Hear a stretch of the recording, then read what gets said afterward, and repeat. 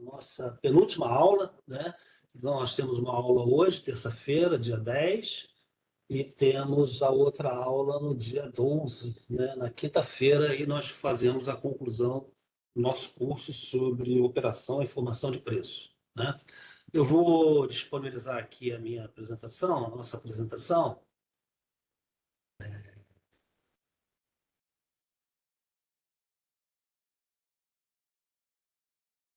Dá um sinal, Rubens, se está aparecendo. Tá. Apareceu. Óbvio, a apresentação, né? Isso. Muito bem. Aqui nós falamos um pouco sobre a operação do sistema, né? Fazer só uma retrospectiva rápida, né? Eu me lembro que, deixa eu ver onde que nós paramos. Eu parei aqui, né? Parei aqui no dia 5, né? 5 de dezembro, falta a aula 10 e 12, que é de hoje, e a de quinta-feira. Se vocês puderem participar da aula de quinta-feira, seria interessante, porque é quando a gente faz um estudo de caso muito, muito simples, né? Mas muito conceitual, né? Para a gente entender como é que funciona o mercado brasileiro, como é que funciona o PLD, né? Como é que a gente determina CMO, PLD, qual a diferença entre eles, quais são as variáveis, né? Que atuam sobre a definição, ainda mais agora com essa questão do preço horário, né? A questão da transmissão, né? Que eu sempre brinco que a transmissão acaba, né, formando o preço também, né? A transmissão faz parte da formação do preço.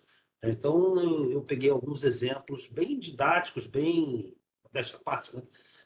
No sentido bem simples, né? Melhor dizendo, para a gente entender, né, como é que a transmissão altera, por que às vezes os CMOs são iguais, por que às vezes os PLDs são diferentes, e por que os PLDs às vezes são iguais, né?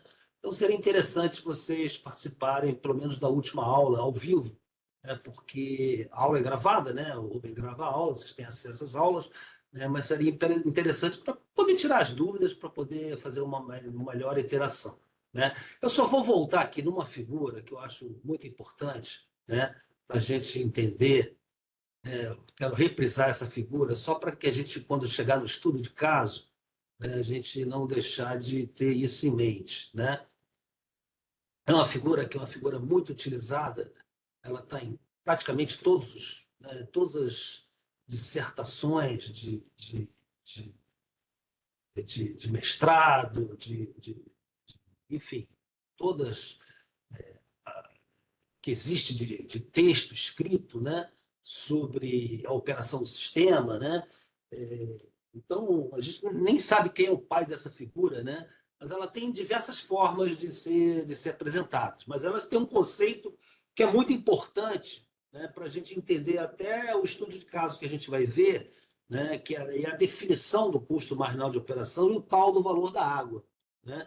Então, toda a abordagem matemática que a gente tem hoje no Brasil, né, é muito calcada nessa figura, né, que é aquela brincadeira que eu faço da futuridade das decisões presentes, né?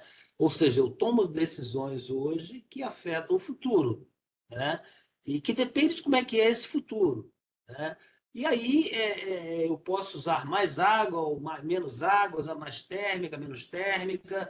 Eu tenho todo um sistema de transmissão envolvido nisso aí e não estou considerando aqui, né, e só para relembrar para vocês, né, vocês podem até estranhar: "Ué, mas essa figura está super desatualizada, né? Porque ela não mostra aí as novas renováveis, né? Não mostra fotovoltaica, não mostra eólica, não mostra bateria, não mostra, né, bagaço de cana, né? Até poderia mostrar bagaço de cana em relação à térmica, né?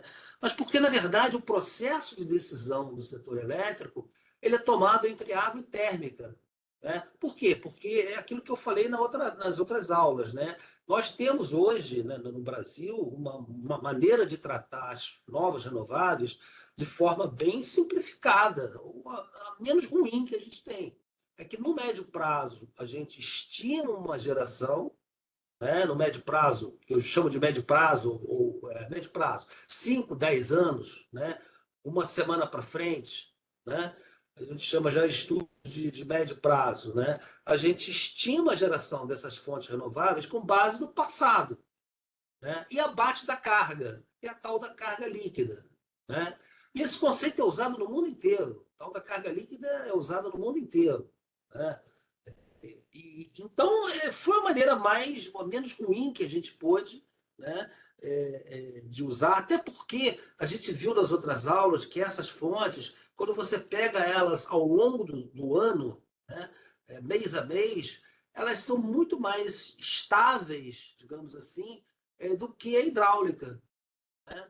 A hidráulica a gente viu, né, o que a gente viu que o sistema brasileiro, pelo menos o sistema brasileiro, tem uma sazonalidade gigantesca, né, uma grande sazonalidade, principalmente na Amazônia, né, que nós temos, né, um período de verão com muita abundância de água, né, e depois vem um período de inverno com pouca abundância de água, e uma variabilidade muito grande no verão. Você tem verões muito bons e verões muito ruins, né? E aí, isso é história, é a série histórica que mostra isso, né?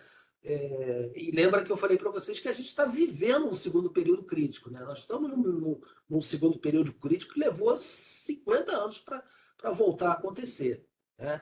Então, essa figura ela tem uma mensagem muito importante, porque ela define, né? E por isso que eu não botei a fotovoltaica, a eólica, porque elas são abatidas da carga. Então eu olho para o futuro e digo assim, olha, o futuro eu vou ter uma carga líquida, né? Foi a outra maneira que eu mostrei, né, nessa outra figura, né, que, olha, eu tenho o ativo precioso que a gente chama do SIM, né?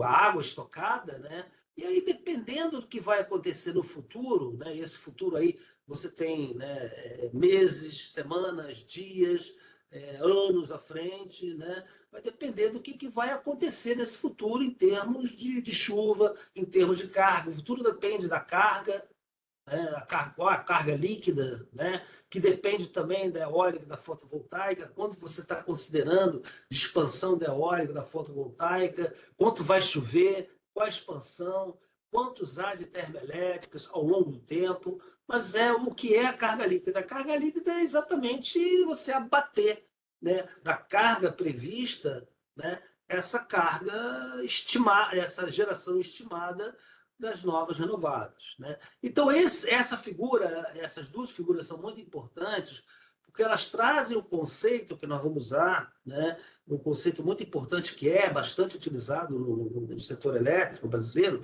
que é a tal da função de custo futuro, né? E quando você tem uma função, todo economista, engenheiro, né? Quando pega uma função, ele calcula uma derivada. A derivada dessa função de custo futuro é o tal do valor da água que a gente vai ver que ele pode ser comparado, né, com as termoelétricas, e eu tomo a decisão, os modelos tomam a decisão, né? Eu acho que uma coisa importante, né, é que todos os modelos matemáticos que nós vamos ver agora rapidamente, né, que a gente usa no setor elétrico, são instrumentos de apoio à decisão, né?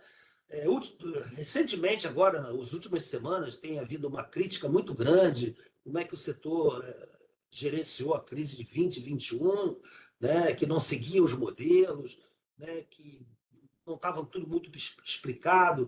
Mas a gente tem que ter em mente que os modelos matemáticos eles trazem em si muitas simplificações, né? Até mesmo na parte elétrica. Quem milita na parte, né, de estudos elétricos sabe que os modelos elétricos também simplificam algumas coisas, né? Então a gente tem que ter em mente que o processo, os modelos matemáticos são um apoio ao processo de decisão.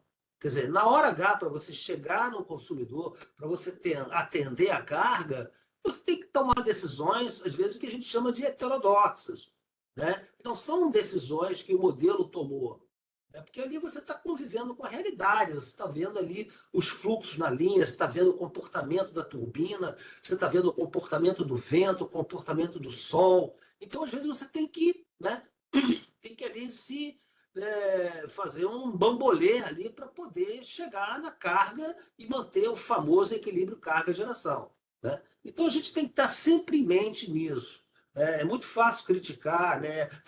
Falar videotape é muito fácil, né? Por que que o goleiro de São Paulo jogou aquela bola de frente, né, para o jogador do Botafogo para fazer o gol selar a vitória, né? É muito fácil narrar isso, né? Então, é muito fácil, né, criticar de que a crise de 2021 ela foi mal gerida, porque, né, enfim, tem que saber o que acontece. Outra coisa, né, às vezes a gente opera um sistema que está completamente diferente, né, da configuração real do sistema em termos de linhas, né, e de máquinas. Né? Você tem linhas em contingência, você tem linhas em manutenção, é o que a gente chama de rede alterada. Né? Você tem máquinas que tiveram que entrar em manutenção, né? Você tem nuvens, então você tem uma conjugação de modificações, às vezes em tempo real, às vezes até um pouco antes do tempo real, em D-1, né? Que você tem que tomar decisões que não necessariamente são iguais às decisões que o modelo está publicando. Né? Então, é muito difícil, né? A modelagem matemática, pelo menos os recursos matemáticos que a gente tem hoje no setor elétrico brasileiro, né? É muito arriscado você simplesmente seguir o modelo matemático. Ah, então para que servem os modelos? Servem para você tomar, para apoiar, né, o processo de decisão. Né? E hoje esse processo de decisão está cada vez mais complexo. Né? Por quê? Porque, como a gente mostrou, né, existe uma variabilidade, né? O advento das fontes renováveis mostra uma variabilidade muito grande, né, dessas fontes. Né? E aquela grandeza sagrada. A frequência tem que ser a 60 Hz. Né? A geração tem que ser igual à carga. Né? Então, essas variabilidades que surpreendem o operador do sistema, e ele tem que se virar nos 30 para poder operar o sistema. Então, eu estou só revisando isso aqui, porque vai ser muito importante. Essas duas figuras trazem o conceito da função de custo futuro. Né? O que é função de custo futuro? É aquela mensagem, né, que a gente traz a valor presente, né, do que vai acontecer no futuro.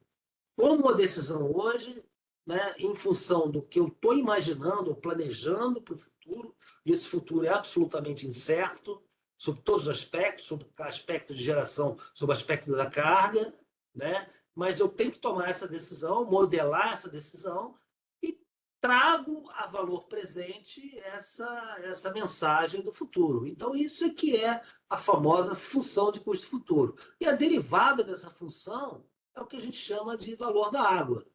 Né? Isso vai ser muito importante para a gente entender a questão, né, que a gente falou, sobre o despacho das terras.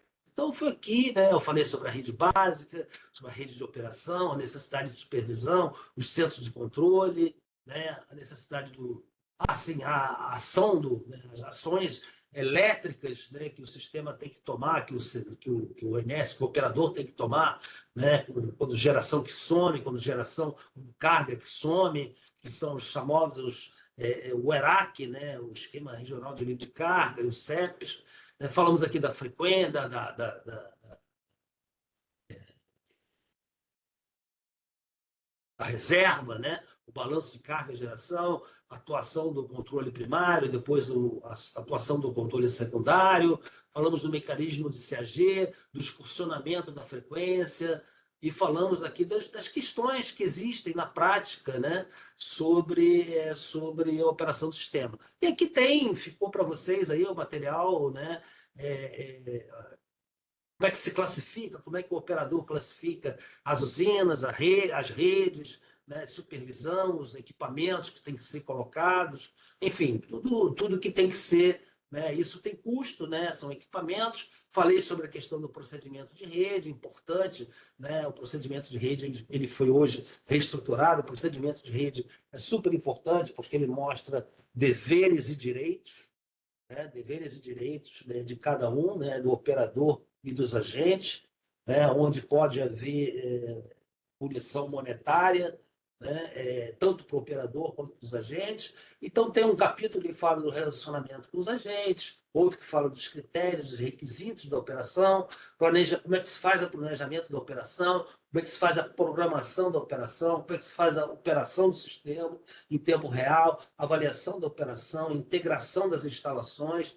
e administração dos contratos. Esse é um serviço que o operador nacional do sistema presta, que é administrar os contratos e a contabilização financeira, que é o que dá a vida financeira, né, ao operador, né? Ele vive praticamente dessas receitas, né? Ele é uma empresa privada sem fins lucrativos, né? Ele não usa dinheiro do Estado, não tem verba do Estado para ele, né? Então tem uma parcelinha da conta de luz que a gente contribui, né? Tem uma parcela que os agentes contribuem, mas tem o grande dinheiro, né, que vem da administração desses contratos, né? Que faz esse papel de administração. E tem os famosos indicadores, né?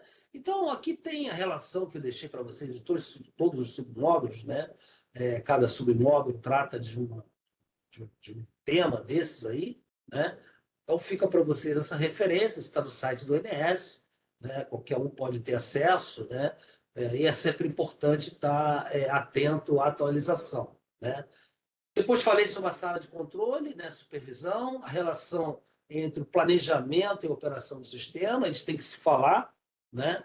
Eles têm que se falar, praticamente mandatório, né?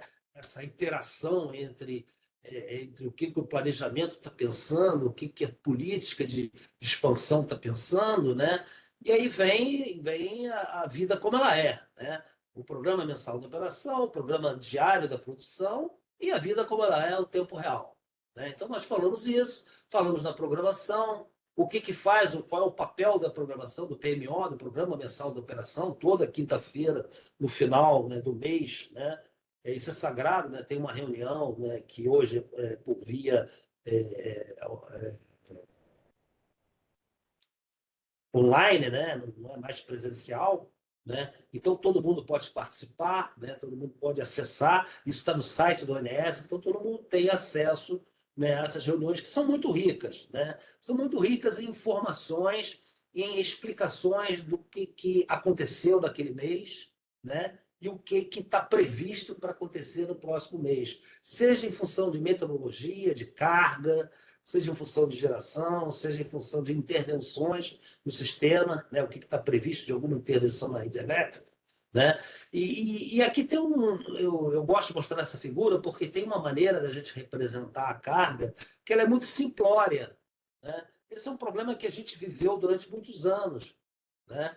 Que é admitir que a carga, a carga tem a gente sabe que a carga, né? Ela tem um comportamento instantâneo, né? Mas os modelos matemáticos, até o advento do DCEM, que é o último modelo da cadeia de modelos, né, a carga ela é muito simplificada. Ela tem um patamar de energia de carga leve, um patamar de energia que a gente chama de carga média e um patamar de energia que a gente chama de carga pesada. Então, é simplesmente tirar uma média. Ela não é cronológica, embora eu tenha posto aqui de forma cronológica, mas não necessariamente ela é cronológica. Esse foi o grande defeito, né, que a gente conviveu durante muitos anos, né, com os modelos, né, da programação de médio prazo, né, de 5 anos à frente, depois de um mês à frente, e agora tivemos que corrigir isso, tivemos que nos adaptar, né, ao DCEM, né, eu vou falar mais adiante, né, porque a carga, né, a gente tem que ter os sinais corretos do comportamento da carga em função do comportamento da geração que acontece a cada instante, né? Então, aqui eu falei um pouco sobre qual é a ideia do PMO, né? O Programa Mensal de Operação. Muita gente pergunta, por que ainda existe o PMO, né? Se tem o DCEM, se tem a programação diária. Porque, na verdade, você tem que dar uma ideia, né, para os agentes, né? Qual vai ser, o que eu vou fazer esse mês? Né? Esse mês eu vou deplecionar os reservatórios, eu vou replecionar, eu vou guardar água, vou usar água, né? Eu tenho uma ideia de qual vão ser os custos marginais, né, naquele mês, né? Eu tenho uma primeira visão, né? Essa aqui é uma figura antiga que eu mantive aqui, porque, só para vocês terem uma ideia, né, lá em 2016, né, a gente tinha um problema, o Nordeste ele tinha um problema enorme, né, de suprimento. O Nordeste ele era recebedor de energia, né, e era um recebedor de energia com limitações. Ou seja, você não tinha fio suficiente para entrar com energia no Nordeste. Então, foi uma dor de cabeça durante muitos anos. É por isso que eu preservei essa figura, né, para mostrar que agora o mundo mudou. O Nordeste, é o contrário, ele é exportador. Né, e é exportador de energia o quê? Renovável. Né? Não é nem de hidrelétrica. A hidrelétrica tem uma série de controles lá, controles de bacias, né, que a ANA controla as vassouras lá do São Francisco. Né? Então, o Nordeste hoje ele virou um sistema supridor. Então, isso aqui é uma figura só para mostrar, né, o comportamento dos custos marginais, que depois viram PLD, que nós vamos falar mais adiante, né, que as pessoas querem ter uma ideia naquele mês, né, em função da carga que vai ocorrer naquele mês, em função da meteorologia, em função da meteorologia não, em função das chuvas previstas pela meteorologia, né, em função dos desligamentos, enfim, tem uma série de informações. Por que a revisão semanal do PMO, né, que eu falei? Porque tudo muda. Né? Então você faz uma revisão durante um mês, né? Aí as pessoas até brincam, né? Pô, a gente fica lá um dia, né, olhando aquelas reuniões, aquelas informações todas, aí na quinta-feira seguinte vocês mudam tudo. Mas não tem jeito. Por que muda? Porque mudou a chuva, né? Novas frentes frias, né? Bloqueio de frentes prevista, desvio das previsões de carga, entra uma temperatura mais alta. Hoje, por exemplo, no Rio de Janeiro, né? Tá um calor, mas está abafado, está chovendo, né? Mas está com a sensação térmica alta. Então, tudo muda. Não é para se imaginar que durante um mês vai tudo se manter. Então, tudo muda, então você tem que rerodar os modelos. Então, toda quinta-feira, o operador faz uma revisão daquela meta semanal. Né? E aí vem, né, novas vazões, né, como eu falei, novas manutenções, podem haver indisponibilidades, novas restrições, redeclarações de inflexibilidade, os agentes térmicos têm essa prerrogativa. Então foi aqui onde a gente parou, né, falando um pouco do PMO. Né? E aí vem a pergunta, tudo bem, então vocês fazem uma visão mensal, depois fazem uma revisão semanal, né? E aí todo dia muda. Por que todo dia muda? Né? Que é a chamada programação diária da operação. Por que todo dia muda? Primeiro, você tem declaração de dados de unit commit de térmicas para programação diária. Né? Declaração anual de dados. Declaração de inflexibilidade e disponibilidade. Declaração de rampas. Né? Nós vamos ver mais adiante, ó, o que é isso aqui? Esse foi o grande problema, o grande desafio que a gente começou a enfrentar na programação diária, né? Porque antes de ter o modelo D100, que é um modelo, né, diário, né, você tinha só o Decomp, que trabalhava de forma mensal. Então, os agentes térmicos eles eram chamados, né, pelo programa mensal ou pela revisão semanal e ficavam, né, num conforto, digamos assim, né, de, olha, essa semana eu vou gerar tanto, então eu vou comprar gás, vou comprar carvão, vou comprar óleo, né, e vou ficar gerando durante essa semana. E o operador, na hora que fazia a programação diária, ele não mexia com isso. Né? Na verdade, a gente tinha hidrelétrica suficiente para poder fazer, né, esse swing entre a variação da carga e o que na semana foi definido para aquele agente térmico. Quando entrou o preço horário, as coisas mudaram. Né? Então, as coisas mudaram e, né, na verdade, foi um esforço enorme, tem sido um esforço enorme, de você ter informações dos agentes térmicos, né, da vida como ela é para uma usina térmica.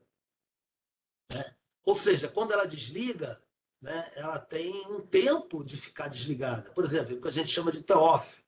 Ela tem que ficar desligada às 7 horas, porque a gente pensa que usina térmica é que nem motor de Fusca, motor de caminhão. Não é. Eu desliguei, eu tenho que esperar esfriar, eu tenho que esperar ela se aconchegar. Eu não posso disparar ela, né? Redisparar ela de uma hora para outra. E assim mesmo, quando eu vou disparar ela, eu tenho que ir aos poucos. Não é que nem ligar um carro.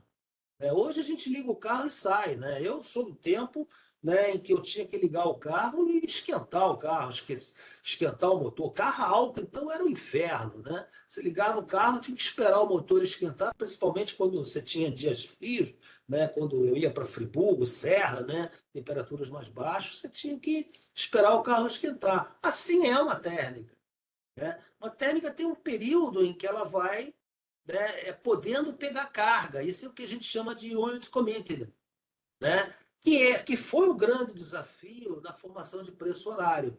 Né? É os agentes começarem a entregar esse tipo de informação para nós, para o operador. Né? Então, esse foi um grande trabalho. Né? O CEPEL conseguiu desenvolver o modelo de preço horário, né? Mas quando a gente começou a botar para funcionar o preço horário, se deparou com esses problemas que os agentes térmicos falaram. Espera aí, cara, eu não posso ligar essa hora. Ou se eu desligar, eu tenho que ficar, né, parado num determinado tempo.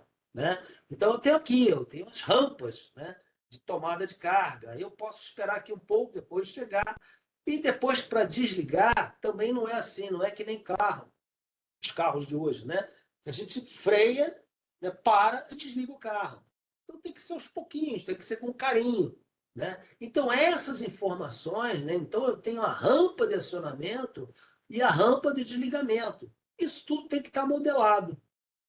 Né? Isso tudo tem que estar modelado. Esse foi o grande desafio que o operador enfrentou, né? E ainda enfrenta, né? Porque na hora que entra um novo agente, né? Ele tem que disponibilizar essa informação, porque senão o modelo vai dar ruim, ele vai fazer, né, vai fazer um negócio que na vida real, né, o agente não consegue fazer.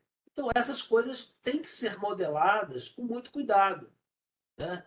Então, aqui eu tenho, né, a rampa, né, e o ramp down, né, a quantidade de energia que você aumenta, depois a quantidade de energia que você diminui. Então, tudo isso tem que ser a informação do agente, que isso tem que ser modelado. Né? Hoje, qual é a grande dificuldade que o DECEM, que é o modelo de curto prazo de formação de preço horário, tem? É que ele não faz isso para a hidrelétrica. A hidrelétrica também tem esses mimos, não tão graves, né? Não tão importantes, digamos assim, como as termoelétricas. Mas elas também têm um problema de aceleração, de desaceleração. Né? Então, elas têm os mimos também, mas não é da mesma magnitude do que as termoelétricas. Aí vocês podem perguntar, pô, mas aí como é que o operador trata as novas renováveis? Ele não trata dessa forma. Né? Por quê? Porque quando chega na véspera da operação, que a gente chama de programação, né, eu faço uma previsão do que vai ventar amanhã, do que vai ter de sol amanhã, e essa previsão é o abato da carga.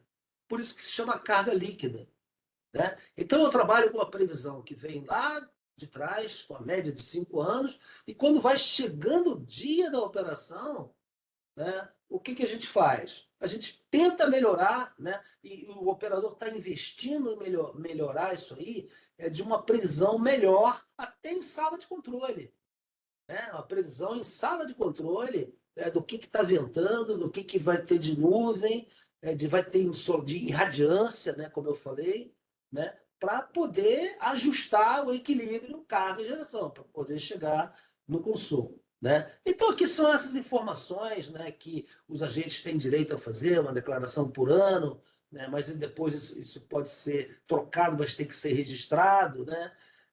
E aqui os dados, né? Mínimo custo de operação hidrotérmica, enfim, dados que os operadores têm que mandar, né? Os agentes têm que mandar para o operador para ele poder fazer, né? Aqui as atualizações de rampas do DECEM, do PDP, né?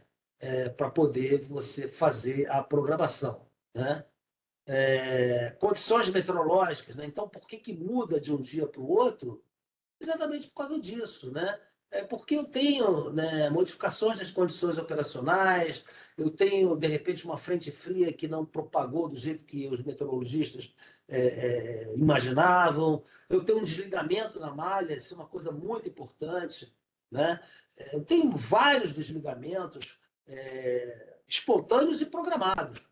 né? Espontâneos porque eu tenho uma perturbação no sistema, né? É uma queimada, ou é um vendaval que derruba uma linha, né? Ou tem aquelas que eu tenho que fazer mesmo, eu tenho que parar a máquina para fazer, tem que parar a linha para fazer programação. Isso tem que ser combinado com o operador, né? Ninguém desliga uma linha sem combinar com o operador, né?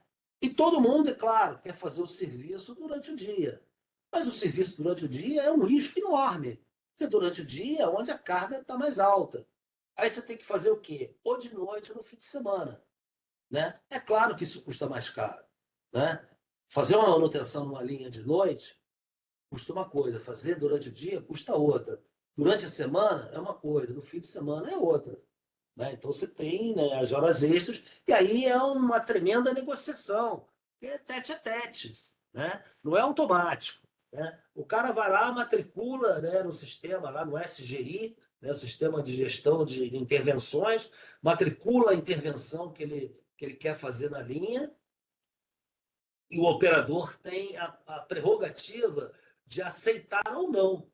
Ele pode recusar aquele desligamento, né? Olha, não dá para fazer esse desligamento. A menos que o agente fale assim: olha, se não fizer, cara, vai dar ruim. Né? A linha vai queimar, o transformador vai queimar, né? A máquina vai queimar. Né? Então, você tem, né, na verdade, intervenções na geração e na transmissão, em equipamentos, né? Disjuntores, transformadores. Né? Então, tudo isso tem que ser negociado, isso tudo tem que ser registrado, isso tudo tem auditoria, né? Porque se der ruim, né, a ANEEL vai, né, querer entender por que deu ruim. Outro dia, por exemplo, eu estava conversando com um colega, né, lá do operador, que o operador, de repente, liberou, né, a ligação de uma linha que estava fora de serviço, né, e o operador liberou a linha, né, olha, pode ligar a linha, né, a linha estava fora de serviço, pode ligar a linha. Pô, o operador morreu, o operador da linha morreu. Houve um religamento mal feito, né, houve um problema, né, e o operador da linha morreu. E aí o nome desse cara estava num processo, né, num processo judicial. É claro que o ONS, né, tem todo o arcabouço jurídico dele para proteger, né, mas ele falou: ó, meu nome está lá no processo porque fui eu que autorizei, né, o religamento da linha. Aconteceu que deu ruim, né? Então, é um negócio complicado. A operação do sistema, né, a vida da operação do sistema, ela é muito tensa, né? Então é muito fácil as pessoas criticarem, dizendo: pô, o que o operador fez na crise não está certo, não seguiu os modelos. Gente, não é bem assim, né? A vida no dia a dia, ela é muitas vezes diferente do que se previu até em D-1. É por isso que todo dia o operador tem que fazer. A carga varia, né? A mudança de temperatura, né? Uma chuva, uma frente fria que entrou e que deu uma chuva num determinado reservatório, né? E aí você aproveita aquela chuva. Aqui também mostrando: ó, houve um problema no desligamento aqui, uma restrição no sistema de transmissão, uma redeclaração de disponibilidade. Então, tudo isso faz, né, com que você tenha que fazer uma revisão diária do tal programa mensal de operação. Né? Então, quando eu faço a propaganda, olhem o programa mensal de operação, é uma aula, né, do que aconteceu e uma expectativa do que vai acontecer. Mas não significa que vai acontecer. Né? Então, toda quinta-feira aquilo é revisto e todo dia é revisto. Né? Eu me lembro que eu tinha um estagiário lá no INS que ele falou: pô, parece que a gente fica enxugando gelo aqui, né? Fazendo tudo de novo todo dia. Eu falei: meu amigo, é assim, a vida é assim, né? Porque nada está. Eu tinha uma brincadeira lá no INES, que tem um colega que, depois que ele foi para a sala de operação, né, ele não gostava dessa brincadeira. Mas eu brincava, né, quando eu dava algumas aulas, algumas instruções lá no INES, eu brincava de que, olha, a única certeza que a gente tem no sistema de operação, principalmente como brasileiro, é de que a gente vai errar, né? Porque tudo muda, tudo pode mudar. A vazão, né? O sistema de transmissão, o sistema físico. né? O vento, agora as nuvens, né? Então, a única certeza é que a gente vai errar. Então, a gente tem que minimizar, né, o máximo arrependimento do erro. Por isso que a gente tem que corrigir todo dia, né? Aí esse colega meu que está na sala de operação hoje, ele falou, não, aqui na operação a gente não erra. Eu falei, claro, Ney, eu sei que vocês não erram, vocês estão aí para isso, né? Para a sala de controle, né, do operador e dos operadores, né? Tem a sala de controle, o centro de controle do ONS, aqueles diversos centros que eu mostrei, e cada operador, seja de transmissão ou gerador, tem o seu centro de controle, né? O ONS não mexe na máquina, na transmissão, no disjuntor de ninguém. Ele só dá instruções. Então, quem mexe fisicamente numa subestação, né, num disjuntor, né, num gerador, são os operadores das usinas, dos agentes, dos ativos físicos do sistema, né? Então, isso é assim que funciona, né? Então, claro, né, o operador na sala de controle, o ONS, né, na sala de controle, ele vai fazer o possível e o impossível para não errar, né? Porque ele tem que ter recursos, daí ele tem que ter recursos, né? Ele tem que ter reserva girante, ele tem que ter reserva fria, né? Ele tem que poder remanejar, né? Deslocar uma geração de um sentido para o outro, né? Então ele tem que ter recursos que a gente chama de recursos em tempo real, né? Por isso que eles brincam, que eles ficavam chateados comigo. Ah, aqui a gente não erra, a gente acerta sempre. Tá bom, mas diferente do que a gente programou, várias vezes diferente, né, do que a gente programou um mês, uma semana e um dia à frente. Às vezes, no tempo real, o dia, né, o dia que foi programado para o tempo real, que a gente chama de D-1, é diferente. Então, vocês podem olhar na estatística do INS, a carga foi diferente. Tem uma estatística muito interessante que o INS publica, né, que é o IPDO, né, mostra tudinho que aconteceu, né, naquele dia, no dia anterior, né, que na verdade o IPDO é uma fotografia do dia anterior, né, ele é publicado de manhã cedo, né, e mostra tudinho que aconteceu no sistema. Quanto variou de carga em relação à previsão, quanto variou de vazão em relação à previsão, quais foram as térmicas que, de repente, não geraram, por que geraram a mais, por que geraram a menos, quais foram as linhas de transmissão que saíram. É uma radiografia, né, do dia de ontem, né, que foi o trabalho que foi o trabalho da sala de controle no dia, né, no dia D de ontem, e não D-1, né? Então ele mostra em D+1 o que aconteceu no dia D. E o que aconteceu no dia D, né, quem resolveu foi a sala de controle. Mas resolveu com base em quê? Com base em tudo que foi preparado, né? Porque não adianta imaginar que a sala de controle, né, o operador do sistema e os operadores dos ativos podem resolver tudo na hora H. Eles têm que estar preparados para as contingências que podem ocorrer, para as situações que podem ocorrer, para poder, né, igualar geração igual a frequência. Então, é mais ou menos isso aqui, né? Planejamento de curto prazo, ou programação, né? Eu vou dizer, né, exatamente em função da curva que eu estou prevendo, a curva de carga, né, qual é a geração que vai ser, né, quais são as gerações que vão ser postas em serviço e qual é a carga, né? Então, quando eu vou gerar, quanto eu vou gerar, como eu vou gerar e onde eu vou gerar, né? Então, isso é o papel da programação. Preparar a sala de controle respondendo, né, essas 4 perguntas, né? Quando eu vou gerar? Quanto eu vou gerar? Como eu vou gerar? Com quem que eu vou gerar? Vou gerar com eólica, vou gerar com fotovoltaica, vou gerar com hidrelétrica, vou depressionar hidrelétrica. E onde que eu vou fazer essa geração? Né? Hoje, por exemplo, vocês estão acompanhando a mídia, né? Tem a tal história do curtailment, né? Que o ONS está conseguindo tentar resolver ou minimizar o impacto do curtailment, né?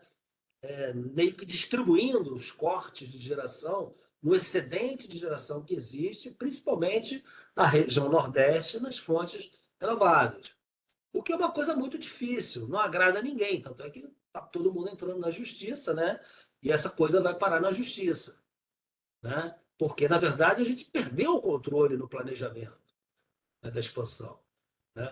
Porque todo mundo começa a colocar fontes renováveis, começa a fazer contratos com o Rubem, com o Mário, né? E vai botando, vai fazendo rápido, e vai lá no ONS, pede acesso, o ONS fala, olha, tem restrição, não sei o quê. Não, mas eu vou botar por conta e risco, né? E faz muito rápido, mais rápido que a transmissão. Esse é o grande desafio hoje do setor elétrico, né? A geração está muito mais rápida do que a transmissão, a geração renovável, as fotovoltaicas, eólicas, né? E daqui a pouco vem as baterias, né? E aí não tem fio suficiente para isso, né? Por que que não tem fio suficiente? Não é que houve um erro de planejamento, né? O INS, EPE olharam isso, mas você tem que ter licença de instalação, licença prévia, licença de instalação, licença de operação. Você tem área de servidão, você tem um monte de coisa para resolver, para colocar o fio, para colocar transmissão. E a geração está pronta, está lá esperando que eu quero gerar, né? Então, esse é um imbróglio muito grande que o setor vive, né? Porque a geração se antecipa à transmissão, né? O INS às vezes faz, né? A EPE, a ANEEL, perdão, a CCE, a EPE, fazem leilões, né? Com margem, que a gente chama, né? Que foi uma metodologia que o INS criou de definir o seguinte: olha, qual é a margem que eu tenho para você entrar nessa subestação? Então, qualquer coisa é por tua conta e risco. Você pode gerar tanto. Tudo bem, mas o cara bota por conta e risco. E aí, quando ele bota, começa a gerar, né? Aí ele quer escoar a geração. Aí fica difícil, né? Fica complicado, né? Então, esse é o papel da programação, né? Então, aqui são os modelos matemáticos, né? A gente vive uma era, né? Recentemente teve até uma live muito interessante, né? Que um determinado consultor fez uma crítica que é interessante, né? Que a gente ainda usa, né? Modelos que a gente chama de sistemas equivalentes. São modelos jurássicos, né? A história do setor elétrico começou assim, um modelo equivalente, né? Um modelo que transforma várias usinas hidrelétricas em uma única usina hidrelétrica, que não leva em consideração, né, que as regiões estão interligadas, né, mas tem um monte de fio, um monte de impedância, né, uma rede elétrica que todos os, né, tem todos os carinhos elétricos, né, dos elétrons, né, para trafegar nessas interligações. Então, esse, né, é o modelo que a gente usa até hoje para olhar 5 anos à frente, olhar para 10 anos à frente. Agora, né, ano que vem, né, vão começar chamado modelo New Wave híbrido, né? O modelo New Wave híbrido é um modelo que ele pode, uma parte do período, representar as diversas usinas hidrelétricas, como é o Decomp, né? O Decomp ele representa as diversas usinas hidrelétricas, a cascata de usinas, né? Uma usina afetando a outra, né? Quem joga água para quem, mas também tem um defeito de que, né, ele não representa a rede completa, ele representa uma rede de energia, uma rede de transferência de energia, né? Então agora vem um modelo chamado New Wave híbrido, que pega, sei lá, alguns meses, os primeiros meses, né, e representa individualmente as usinas hidrelétricas, e depois faz um equivalente. Aí que fica, digamos assim, o incômodo, né? Para que o New Wave híbrido? Por que a gente não usa um modelo, né, sei lá, tipo Plexus, né, que já usa tudo individualizado, já faz horário? Mas essa é a vida que a gente vive hoje no setor elétrico, né? No Wave de Compson representa interligações regionais sem dar tratamento elétrico a essas interligações, apenas limite de fluxos energéticos. São modelos que a gente chama, né? A gente tem um jargão que a gente usa, né? Que era muito útil, né? Até bem pouco tempo, né? Até o século passado, né? Que eram modelos de energia, por isso que a gente chama de modelos de energia, né? Por quê? Porque o sistema ele era predominantemente hidrelétrico, Termoelétrica começou a aparecer em 2001, depois do racionamento, né? Depois do racionamento começou a aparecer mais termoelétricas. É claro que tinham algumas termoelétricas, mas de pequena monta, né? E aí depois veio o século XXI e aí surgiu esse boom, de fontes renováveis, né? Mas essa é a maneira que o sistema, que o setor usa, né? São modelos que foram desenvolvidos e são mantidos pelo CPEL, que hoje está numa situação indefinida, né? Porque o CPEL ele é da Eletrobras, né? Mas enquanto a Eletrobras era uma empresa estatal, hoje a Eletrobras é uma empresa privada, né? Então, o CEPEL, que é um centro de pesquisa, né, com pessoas altamente qualificadas que desenvolveram os modelos matemáticos, energéticos e elétricos, a Anatem, a Anarrede, todos os modelos que a gente usa aí, né, na operação elétrica também, a Anarrede, a Anatem, né, foram desenvolvidos pelo CEPEL. Né? E o CEPEL hoje está num limbo, né? Porque ele, na verdade, virou centro de custo de uma empresa privada. Né? Então, não definiram ainda para onde vai o CEPEL ou para onde vão os modelos, se vão para o ONS, se vão para a EPE. Né? Se for para o ONS tem que, sei lá, tem que se reconfigurar, né? Tem que ter praticamente um centro de pesquisa, porque esses modelos eles têm que ter manutenção, eles têm que ter um desenvolvimento praticamente contínuo. Né? Então, até pouco tempo, a gente se baseava, né, em modelos de sistema equivalente, né, e usinas individualizadas, mas com intercâmbios de fluxo energético. Era simples isso, depois vocês vão entender por quê.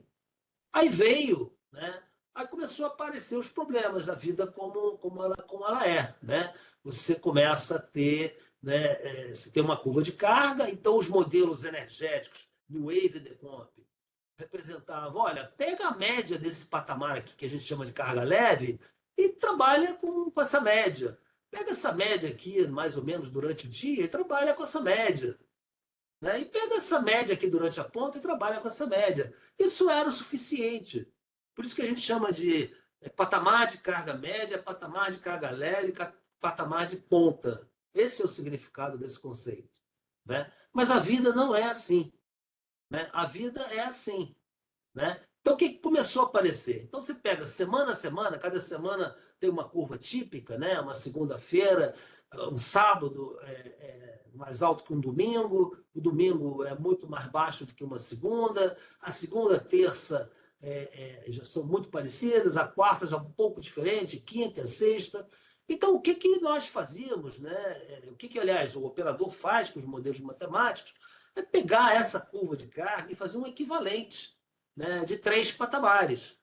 Né? 3 patamares, ele pega aqui a soma dos patamares no horário de ponta, a soma dos patamares na carga média e a soma dos patamares na carga leve, e transforma isso aqui na chamada curva de 3 patamares e otimiza para esses 3 patamares. E o Wave Decomp fazem isso.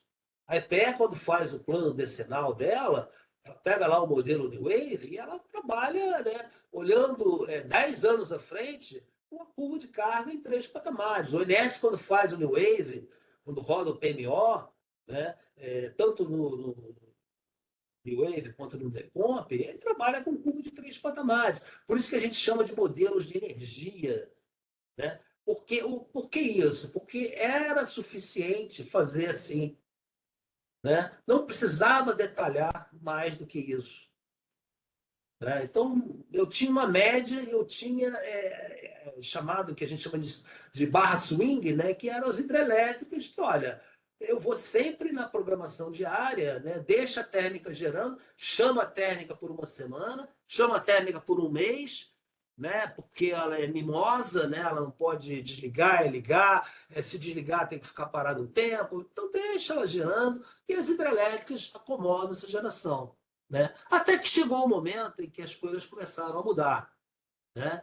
Começaram a mudar porque chegou ao momento do despacho de compra semanal, né? Comparado com a carga diária. Então, chegou momentos aqui em que eu começava a não ter na programação diária, quer dizer, D-1, eu tenho que preparar a sala de controle. A sala de controle não é, né, não tem vida, né, autônoma, né? Ela tem que ser preparada, né? Ela tem que ser, que nem um hospital, né? O paciente tem que ser preparado para entrar no centro cirúrgico, né? Você tem lá o anestesista, conversa com você, vai lá o médico, né? A enfermeira, e pá. Aí você vai para o centro cirúrgico. Então, é mais ou menos assim que funciona o sistema, né? Então, eu tenho que preparar a sala de controle em D-1, né? Ah, por que D-1? Porque é aquela história que eu falei, olha, um mês eu sei que vai mudar, uma semana eu sei que vai mudar, um dia vai mudar, e no tempo real vai mudar também. Então, o que que acontecia? A própria programação, olhando em D-1,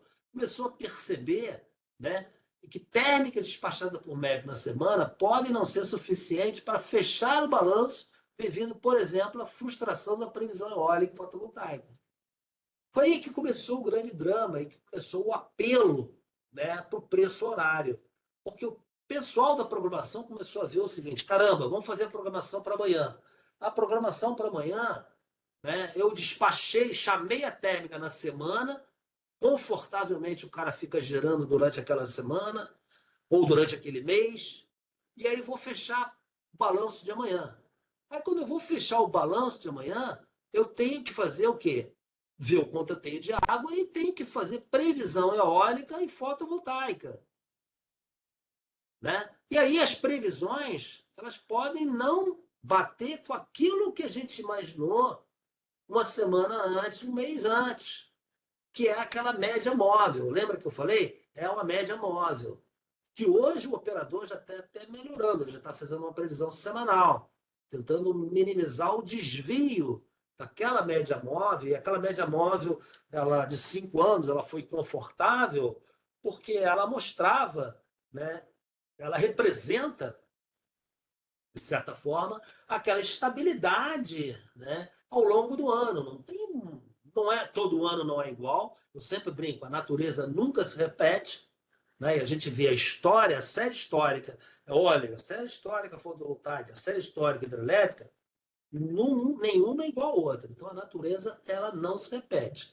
Mas a variabilidade das eólicas e fotovoltaicas ao longo do ano, né, são menores do que a hidrelétrica.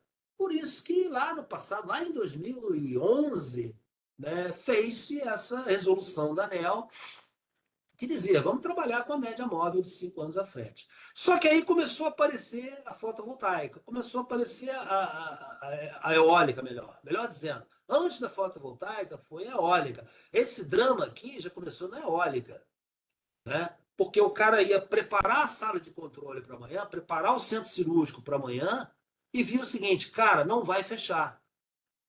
Não vai fechar porque a gente fez vocês fizeram uma previsão. Bom, aliás, nós fizemos uma previsão, né? A programação diária, nós fizemos uma previsão para amanhã, que é diferente daquela de 5 anos, na média móvel, né? Eu não tenho água, não tenho toda essa água, né? E eu tenho que fechar o balanço. E essa térmica pode ser que não tenha mais, ou tenha uma diferença. Aquela térmica que eu chamei na semana pode ser diferente.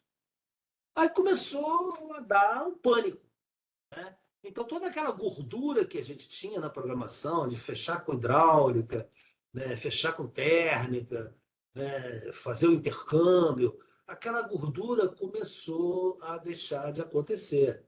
Até porque a gente parou de investir em armazenamento, né? Foi uma decisão da sociedade, né? Houve uma década aí, né, de que a gente começou a fazer só usinas a fio d'água e entramos numa crise hídrica, né? Que parece que existe uma negação disso, mas é uma crise hídrica de um segundo período crítico. O pessoal às vezes fala muito na mídia, esse ano foi um ano de crise hídrica por causa de eventos climáticos. Cara, isso é um ano mais ruim dentro de um período crítico, de uma série histórica, né, que está acontecendo desde 2011 até hoje, e não saímos dele. E aconteceu lá em 1949 até 1956. Levou 50 anos, 57 anos para voltar a acontecer.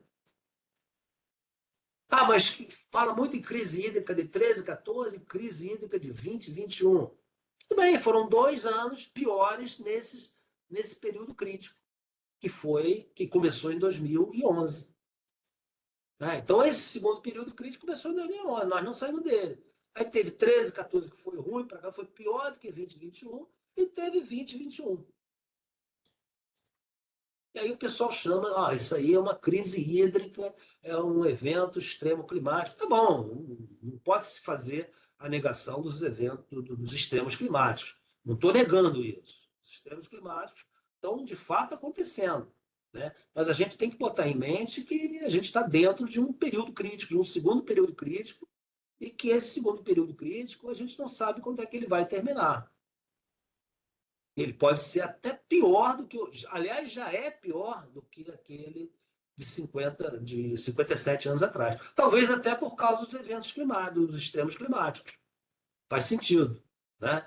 De 1949 até 1956, você não tinha, talvez, os extremos climáticos, né, que a gente tem hoje. Pode ser que esse período crítico seja mais extenso, mais longo. Né?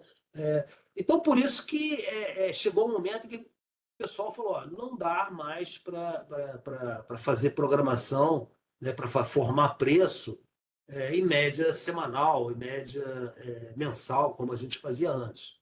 Né? Então, aí veio o Decomp, veio o modelo, né, o D100, usinas com rede completa.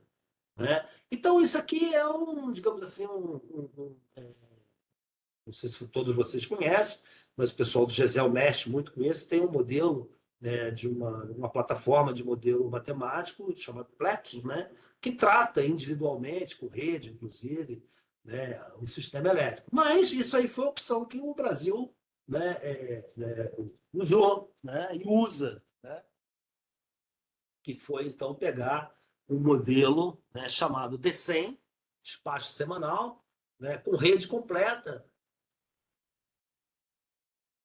sendo que essa rede completa, né, na verdade, a gente não roda um load flow completo, roda um load flow que a gente chama de DC.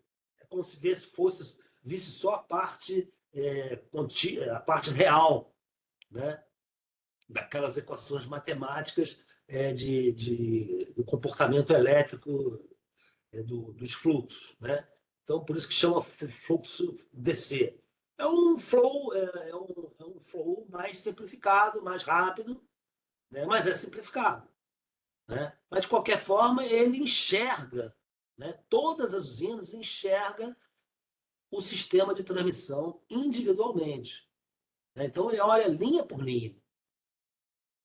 Né? Ele olha usina por usina, térmica por térmica, fotovoltaica por fotovoltaica. Né?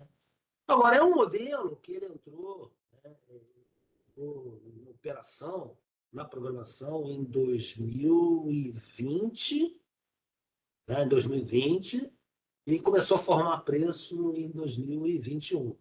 Mas é um modelo que está em permanente aperfeiçoamento. Ele teve muitos problemas. Né? Inclusive, tem uma crítica muito grande que o pessoal que mexe com programação, que mexe com operação em tempo real, pô, mas os resultados do D100 não são os resultados que vão para a sala de controle.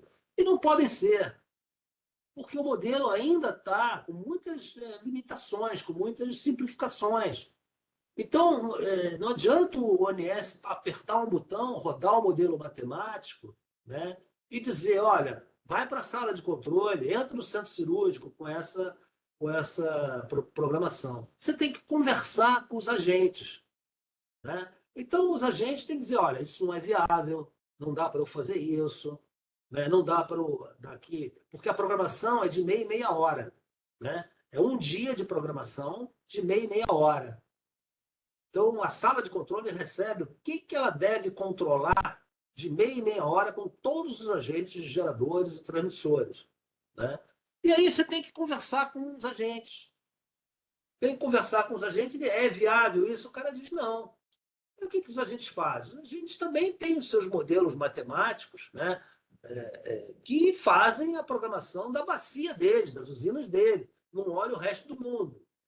Mas aí você tem que conversar com o cara e tem que, né, tem que ver qual é a solução que vai se dar, né? Porque o agente tem a prerrogativa de dizer, não posso fazer isso, não consigo fazer isso. E depois você tem que validar, né, essa geração. Então aqui tem uma série de restrições, né, que o modelo matemático tem que representar, né? Nível de armazenamento, faixa operativa, máximo, mínimo, taxa de variação. O reservatório não pode depressionar de uma hora para outra, você tem que ter né, tem que fazer um negócio meio controlado, senão você desbarranca o reservatório. Perda de potência, queda líquida, razões elétricas, mecânicas, faixa operativa do gerador. As elétricas também têm seus mínimos, né? Tem faixas que elas não podem operar, né? Faixa muito baixa, ela não pode operar, começa a dar chamado efeito cavitação da turbina, né? Que é um efeito de explosão de bolhas de água na turbina que começam a escavar, né, as partes da turbina. Né? Operação do gerador como ciclo, às vezes você tem que, né, em vez de o gerador operar como gerador, ele opera como um motor. Né? Então você tem que saber quais as usinas que podem fazer isso. Porque um motor é uma carga indutiva. Né? E às vezes você está com muita carga reativa no sistema e você tem que engolir aquela carga reativa, porque, né, a carga reativa tem uma parte boa e uma parte ruim. Né? Então você às vezes tem que diminuir essa carga reativa através, né, de uma carga indutiva. Essa carga indutiva, ou você bota reator, né, dentro, né, sei lá, de uma subestação, ou você bota um gerador que não está precisando dele agora, bota para funcionar como um motor. Aí ele vira uma carga indutiva. Rampa de geração. A hidrelétrica também tem seus mínimos para rampa de geração. Hoje o modelo DC não representa isso. Essa é a maior crítica, né, que se tem, que os agentes têm.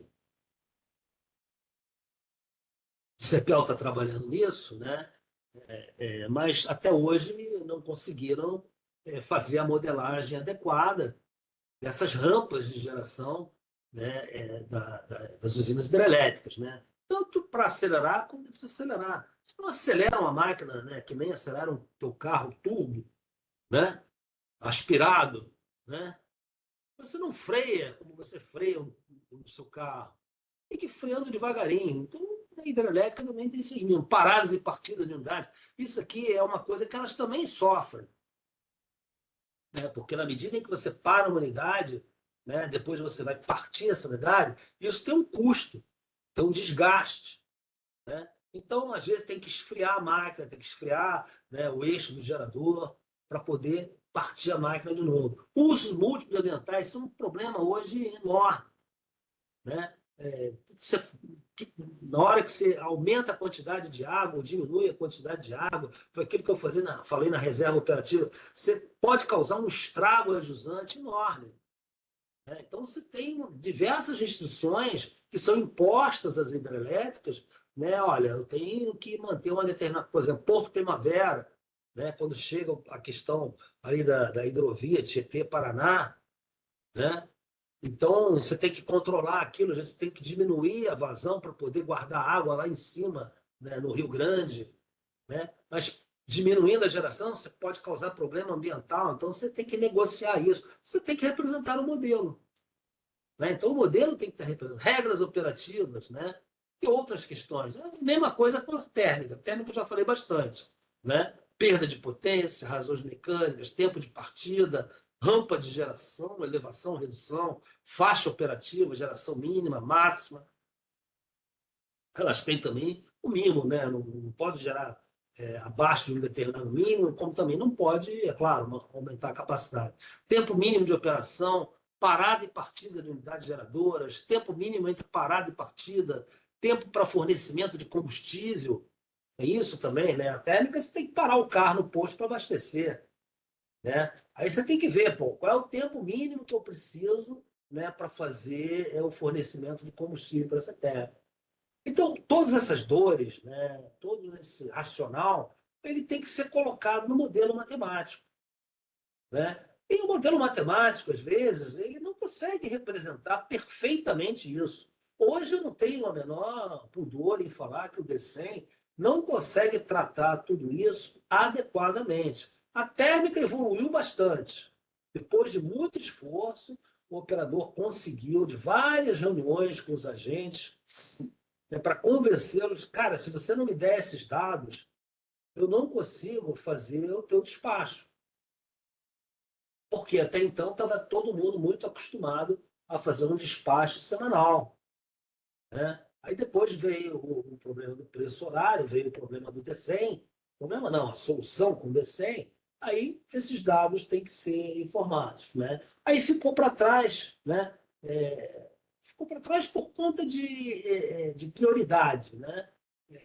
De das hidráulicas, né? É claro que a hidráulica você tem muito mais flexibilidade do que a termoelétrica, né? Embora eu precise de todas aquelas informações, mas eu tenho mais flexibilidade no dia a dia, no centro cirúrgico, eu tenho mais flexibilidade com a hidráulica do que com a térmica. Então, o CEPEL, na época, priorizou, né, essa operação das térmicas, esses dados até, que a gente chama de Unit Commitment, né? E agora está trabalhando, tem que trabalhar no desenvolvimento do Unit Commitment hidráulico, para tentar fazer o mínimo desvio entre o que o modelo matemático dá e o que a operação faz. E essa é a grande crítica. Porque o preço, nós vamos ver, que é dado por modelo matemático, é apertar botão. A vida real não é apertar botão, mas o modelo matemático é apertar botão. Apertar botão tem que ter dados computados bons, informações mais precisas possíveis, né? Então, isso é que é importante. Agora, a vida real, não. A vida real, aliás, o preço, a vida real, perdão, é diferente da formação de preço. Por isso que o pessoal reclama, né? Pô, teve um desvio. Por isso que hoje até se defende, né, a contabilidade com ex-post, ex-ante e ex-post. Vou falar isso um pouco depois. Muito bem, então está aqui, né? Então o Decomp, né, eu passo todas as informações da semana para uma informação diária, individualizado, né? Aqui é individualizado, mas rede equivalente, quer dizer, são nós, né, energéticos, digamos assim, que tem restrições, né, que é monitorado no centro cirúrgico, né? Essas linhas, né, embora o modelo trate ela como fluxos energéticos e não elétricos, né?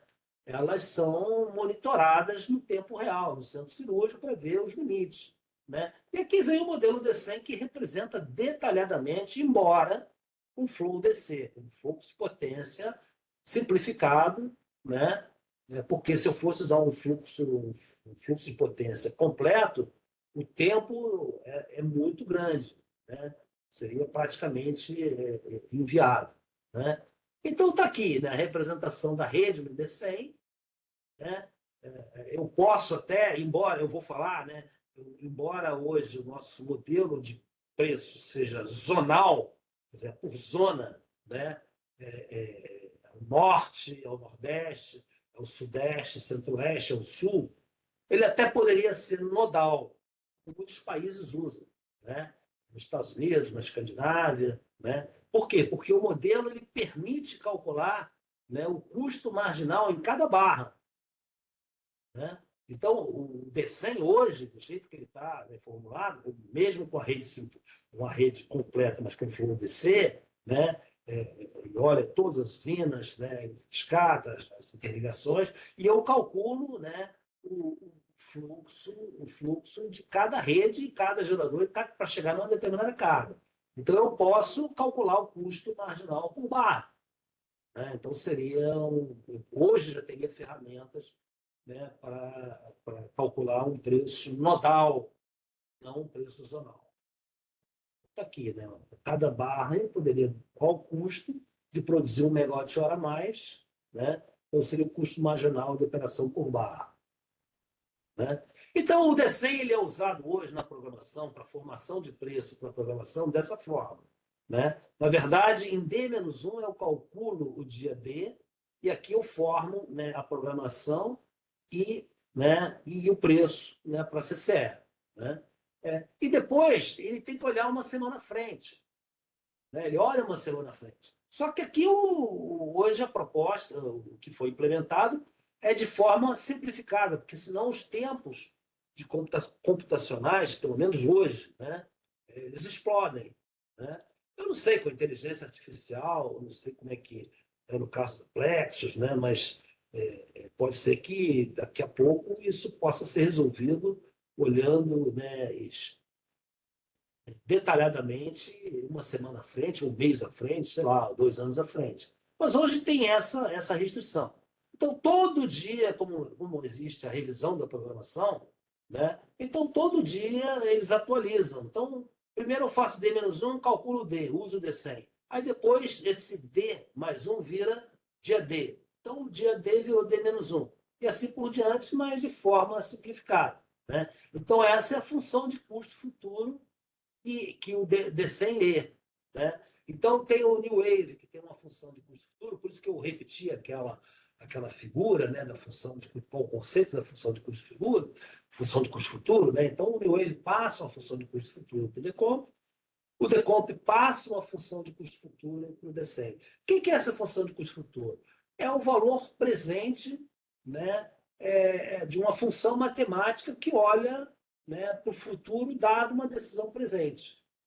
Então, é o que o pessoal chama, né, nós chamamos de acoplamento das funções de custo futuro, né, entre os três modelos. Tem modelos que o pessoal diz, olha, isso faz de uma vez só. Né? Então, sei lá, fazer 5 anos, ou fazer um dia olhando 5 anos à frente. O Plexus, não sei, eu não conheço o Plexus direito, não posso fazer nenhum julgamento. Né? Mas hoje os recursos que o operador usa, né, são esses. Né?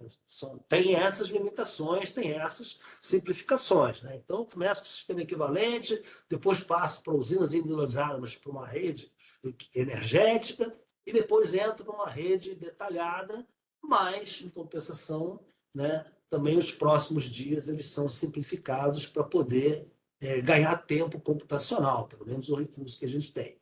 Então, a programação diária, né, o processo de desenho, é basicamente isso aqui. Né? Então, em D-1 tem entrar, em D-2 abertura de dados, né? Em D-1 dados, né, que vão, né, povoar o deck de entrada do D100. Né? Então, os agentes têm que mandar os dados, os agentes térmicos, as restrições hidráulicas, as restrições ambientais, tudo isso tem que ser povoado no modelo. Aí tem o processamento, só que esse processamento ele passa depois para um crivo. Né? Primeiro, eu tenho que enviar esse deck para a CCE para ela calcular o preço. Né? O preço é formado praticamente pelo ONS, só que tem uma outra diferença importante. Né? É que a rede no D100 da CCE é uma rede equivalente, ela não é uma rede completa. Ela só leva em consideração, embora trate de forma elétrica, mas ela só leva em consideração as grandes interligações regionais. Então aí já começa um desacoplamento. Né? Caramba, vocês fazem uma programação detalhada e fazem uma formação de preço simplificada e horária. Né? A programação é semi-horária. E a programação e o preço é horário. Então, tem todas digamos assim, essas diferenças que às vezes incomodam quem começa a analisar, né, uma coisa e outra. Né? O importante é que o resultado do desenho não é o que vai para o centro cirúrgico. Ele passa pelo crivo dos agentes que têm que benzer, né, aquela proposta.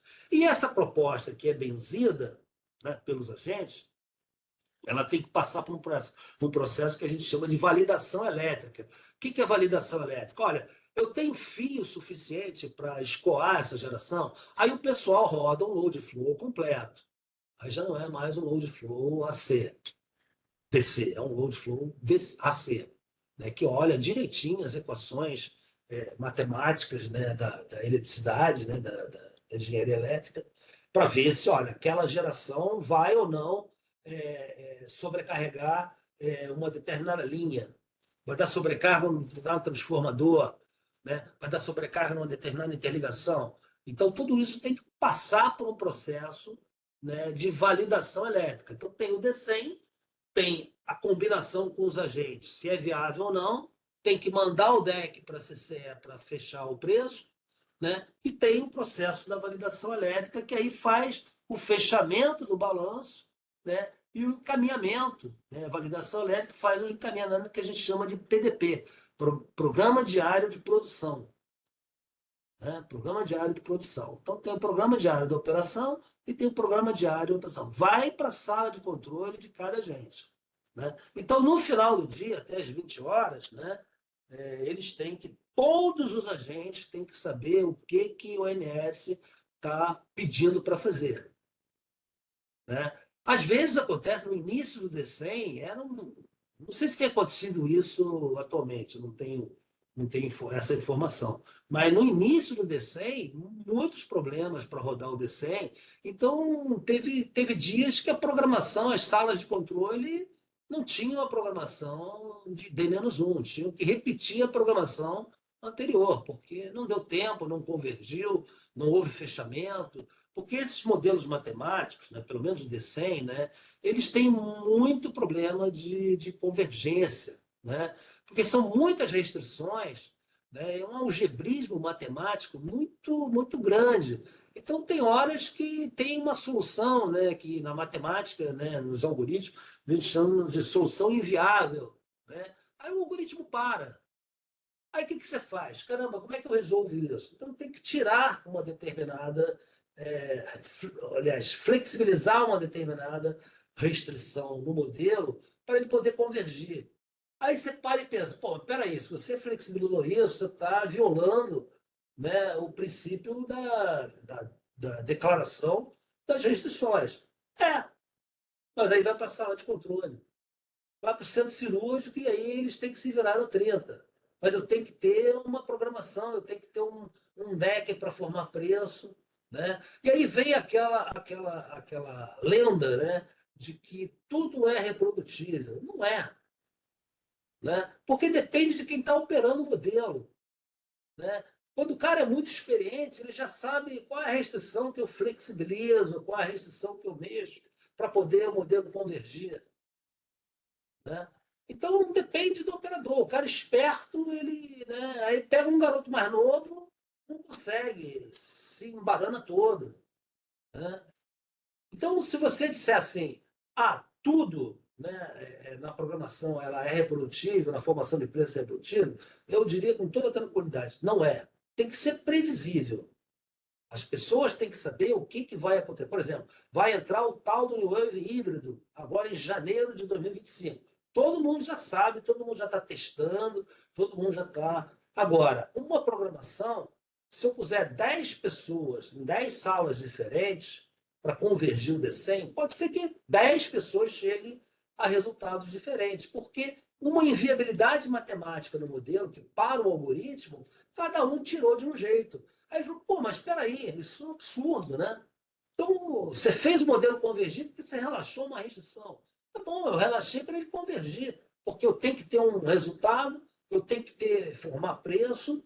E aí, meu amigo, vai para a sala de controle e o cara já sabe que aquela restrição ali está flexibilizada, né? E aquele agente tem que ficar atento àquela restrição. E a sala de controle, né, o centro cirúrgico, se vira nos 30 para fechar a carga. E graças a Deus tem dado certo. Né? Então, é meio que uma lenda de que a reprodutibilidade, eu sempre digo o seguinte, a reprodutibilidade, na verdade, é você pegar aquele deck e reproduzir na sua máquina. Em qualquer máquina. Minha, Rubem, Max, qualquer um tem que dar o mesmo resultado. Porque o software, né, o hardware tem que dar o mesmo resultado. E por incrível que pareça, nós enfrentamos um grande problema no D100. Eu estava lá no INES, eu coordenei a implantação do D100. Né? Teve um momento em que começou a dar diferença de resultados de máquina para máquina. Cara, isso foi uma loucura. O mesmo deck, a mesma coisa, dava diferença. Aí nós tivemos que chamar o proprietário do solver, né, que resolve, né, o problema de otimização, para ele descobrir o que era. E foi um parto. né? Porque não podia ter isso. Pô, dependendo da máquina, dá um resultado diferente, dependendo, né, do quanto você tem de memória, dá um resultado diferente, até que resolveram. Então, hoje isso não acontece mais. Hoje roda em qualquer máquina, qualquer agente, roda, dá o mesmo resultado. Agora, como é que chegou naquela convergência? Aí, meu amigo, cada um faz, né, faz de um jeito. É claro que o pessoal, né, mais tarimbado já pega as manhas, já sabe o que foi feito, né? Então, reprodutibilidade é meio que lenda, né? Previsibilidade é diferente. Reprodutibilidade, para mim, é você reproduzir em qualquer máquina o mesmo resultado, né? Diferente de previsibilidade. Previsibilidade é aquilo que eu falei, né? A CPAMP, que acabou e não inventaram outra coisa, né? Que tem que dizer, né, qual é a metodologia, quais são os critérios que vão ser usados. Então, assim funciona a vida, né? Então, o CMO ele é muito interessante, né, o D100 por barra, porque ele te dá um mapa de calor, né?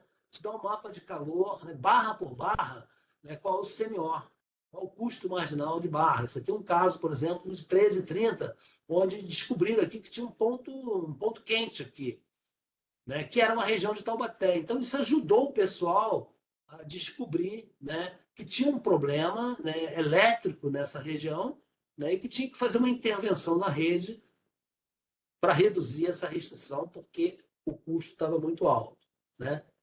Então, isso aqui que eu falei, o mapa de calor, né? Você consegue ver para cada barra, né, quais os custos marginais de operação, né? Então, a vida, resumindo, o macro processo de operação, né, planejamento, operação e serviço, né?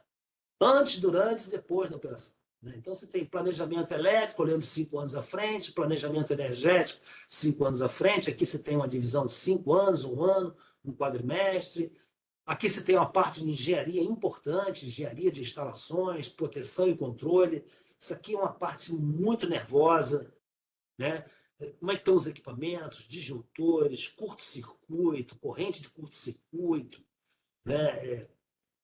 Enfim, tem uma parte de engenharia pesada, engenharia mesmo, engenharia elétrica mesmo, de equipamentos, né? Isso tem que estar olhando para frente, né?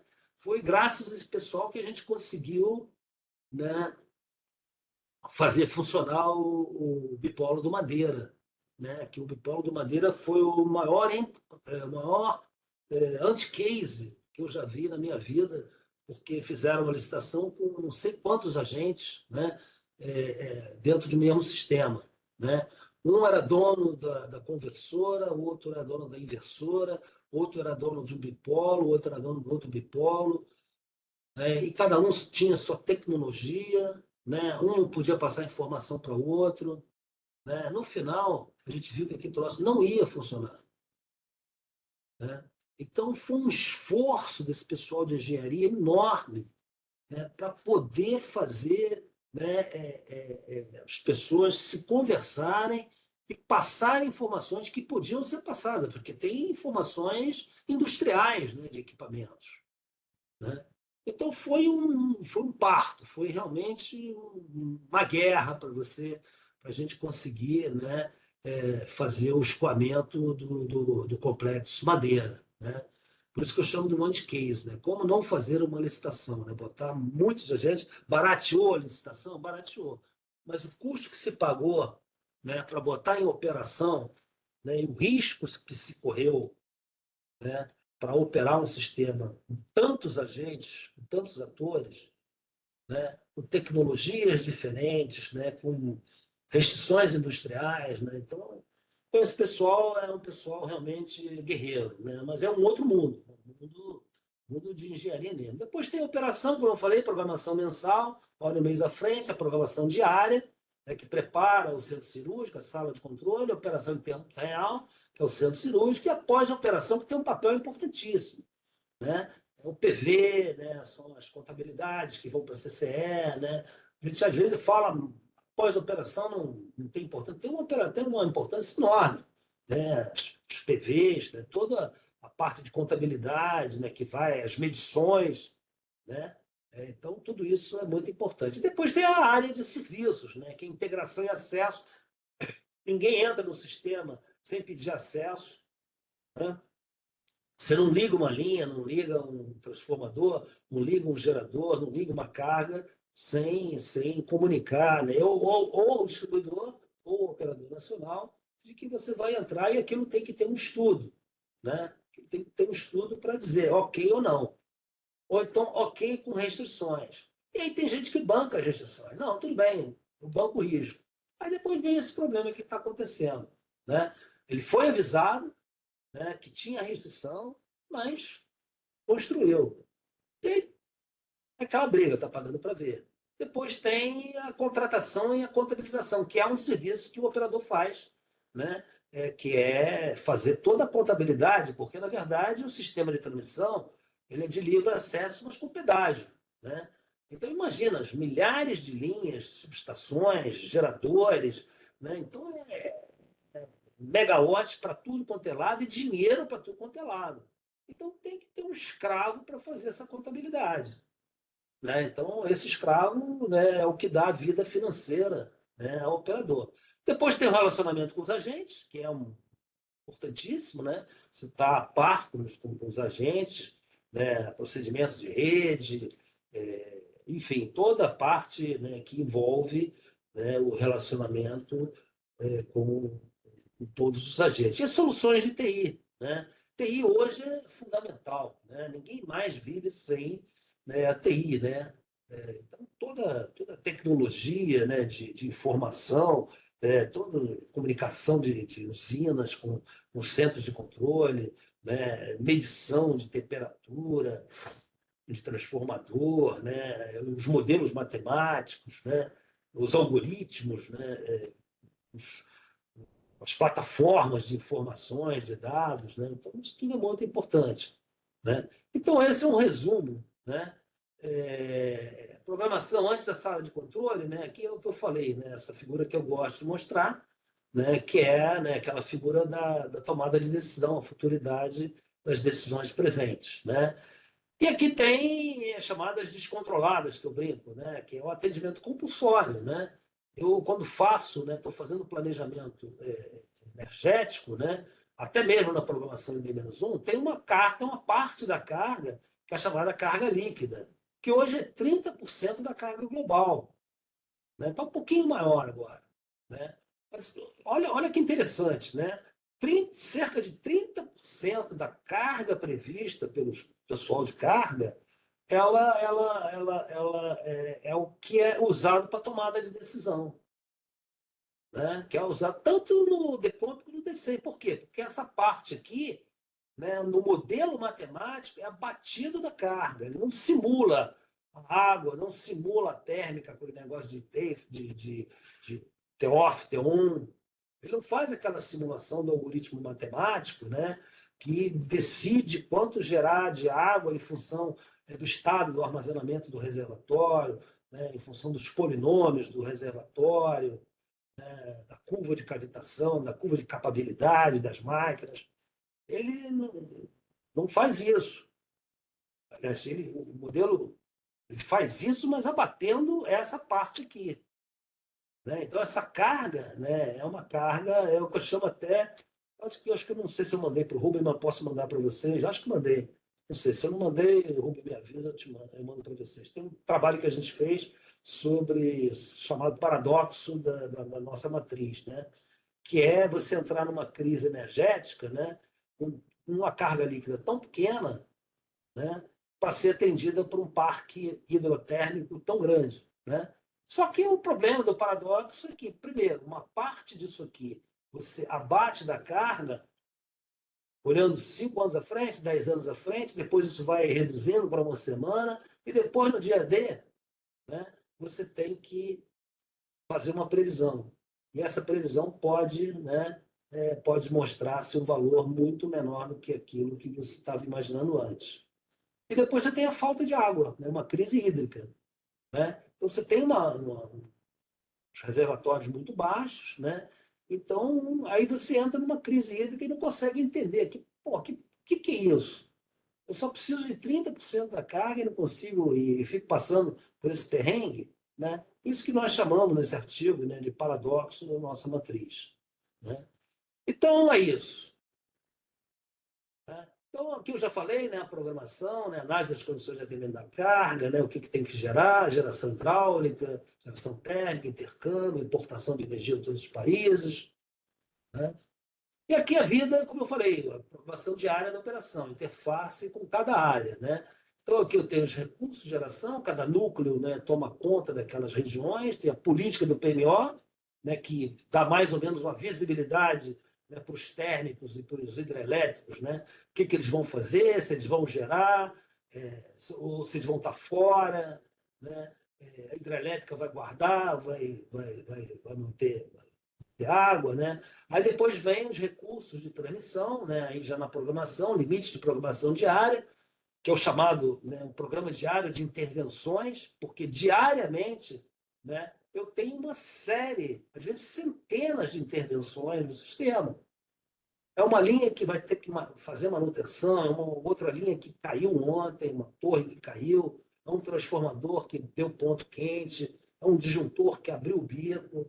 Então, todo dia a programação tem a chamado programa diário de intervenções, né? Intervenções porque ele olha a rede e vê, né, o que a gente chama de rede alterada. Eu vou trabalhar amanhã, né, com uma rede que não é aquela rede que está construída, que está contratada. É uma rede alterada, e tem que estar mesmo, porque os equipamentos, né, tem que fazer manutenção, às vezes falham, né? Então, tem monitoramento de tempo severo, isso é muito importante, né? O operador tem um monitoramento de tempo severo, principalmente naquela região ali de, do Paraná, né? Por onde entram, né? Região Sul, melhor dizendo. Paraná, pegando ali a região Sul, por onde entram as frentes frias que vêm da Argentina, né? Então, ali eu tenho que estar monitorando aquilo para poder evitar, para preparar, né, para amanhã, e às vezes em tempo real. Às vezes não, certamente também em tempo real.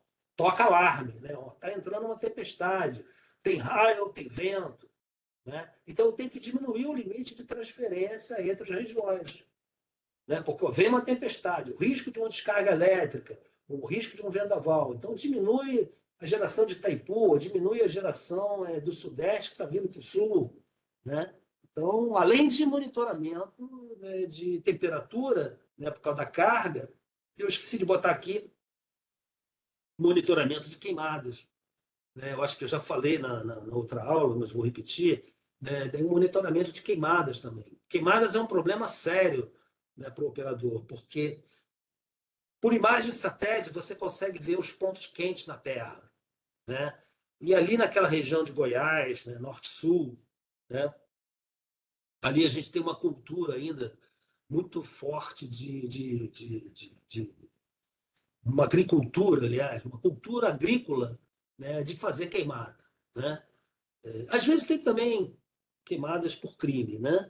Mas é uma cultura de agricultura que persiste ainda no Brasil, né? Você fazer queimada para fortalecer o solo, né?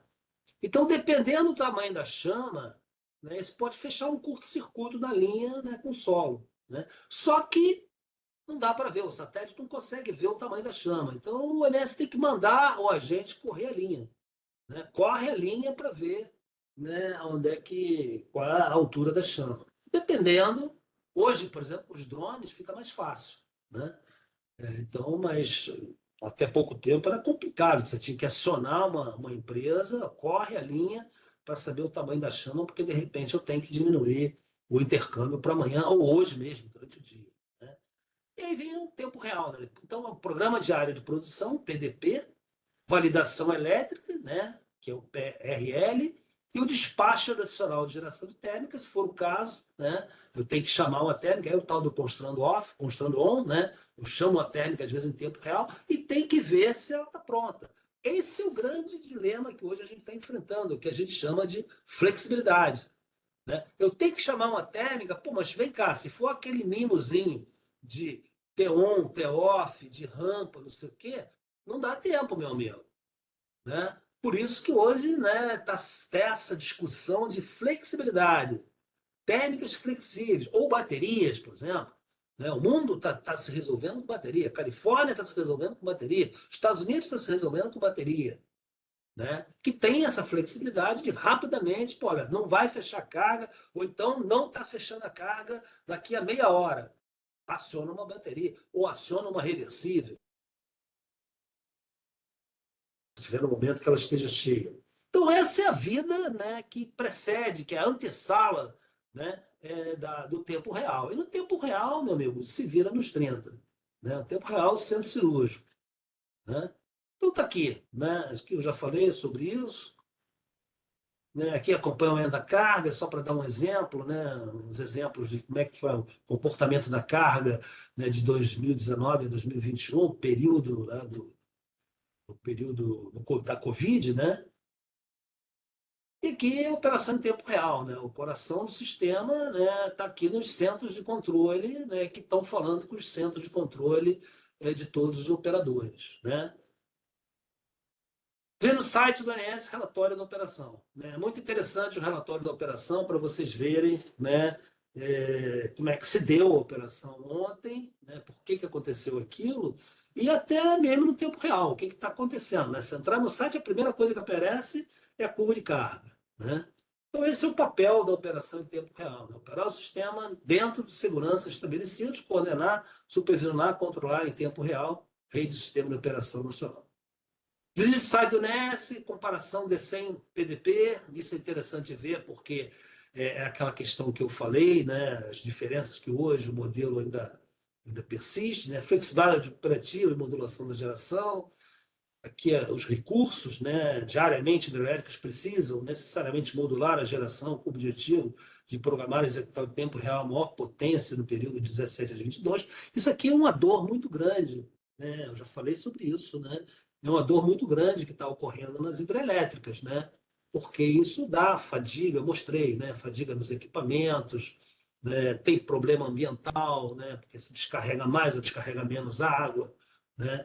Então, isso é um serviço ancilar. E aí vocês podem me perguntar, mas por que pô, você fala tudo isso aí, o problema das variabilidades, não sei o quê, mas não está acontecendo nada porque quem está salvando a gente são as hidrelétricas, essa que é a verdade. Agora, vai chegar um momento em que isso vai estourar, né? É a chamada espiral da morte. Vai chegar um momento que elas não vão aumentar, né?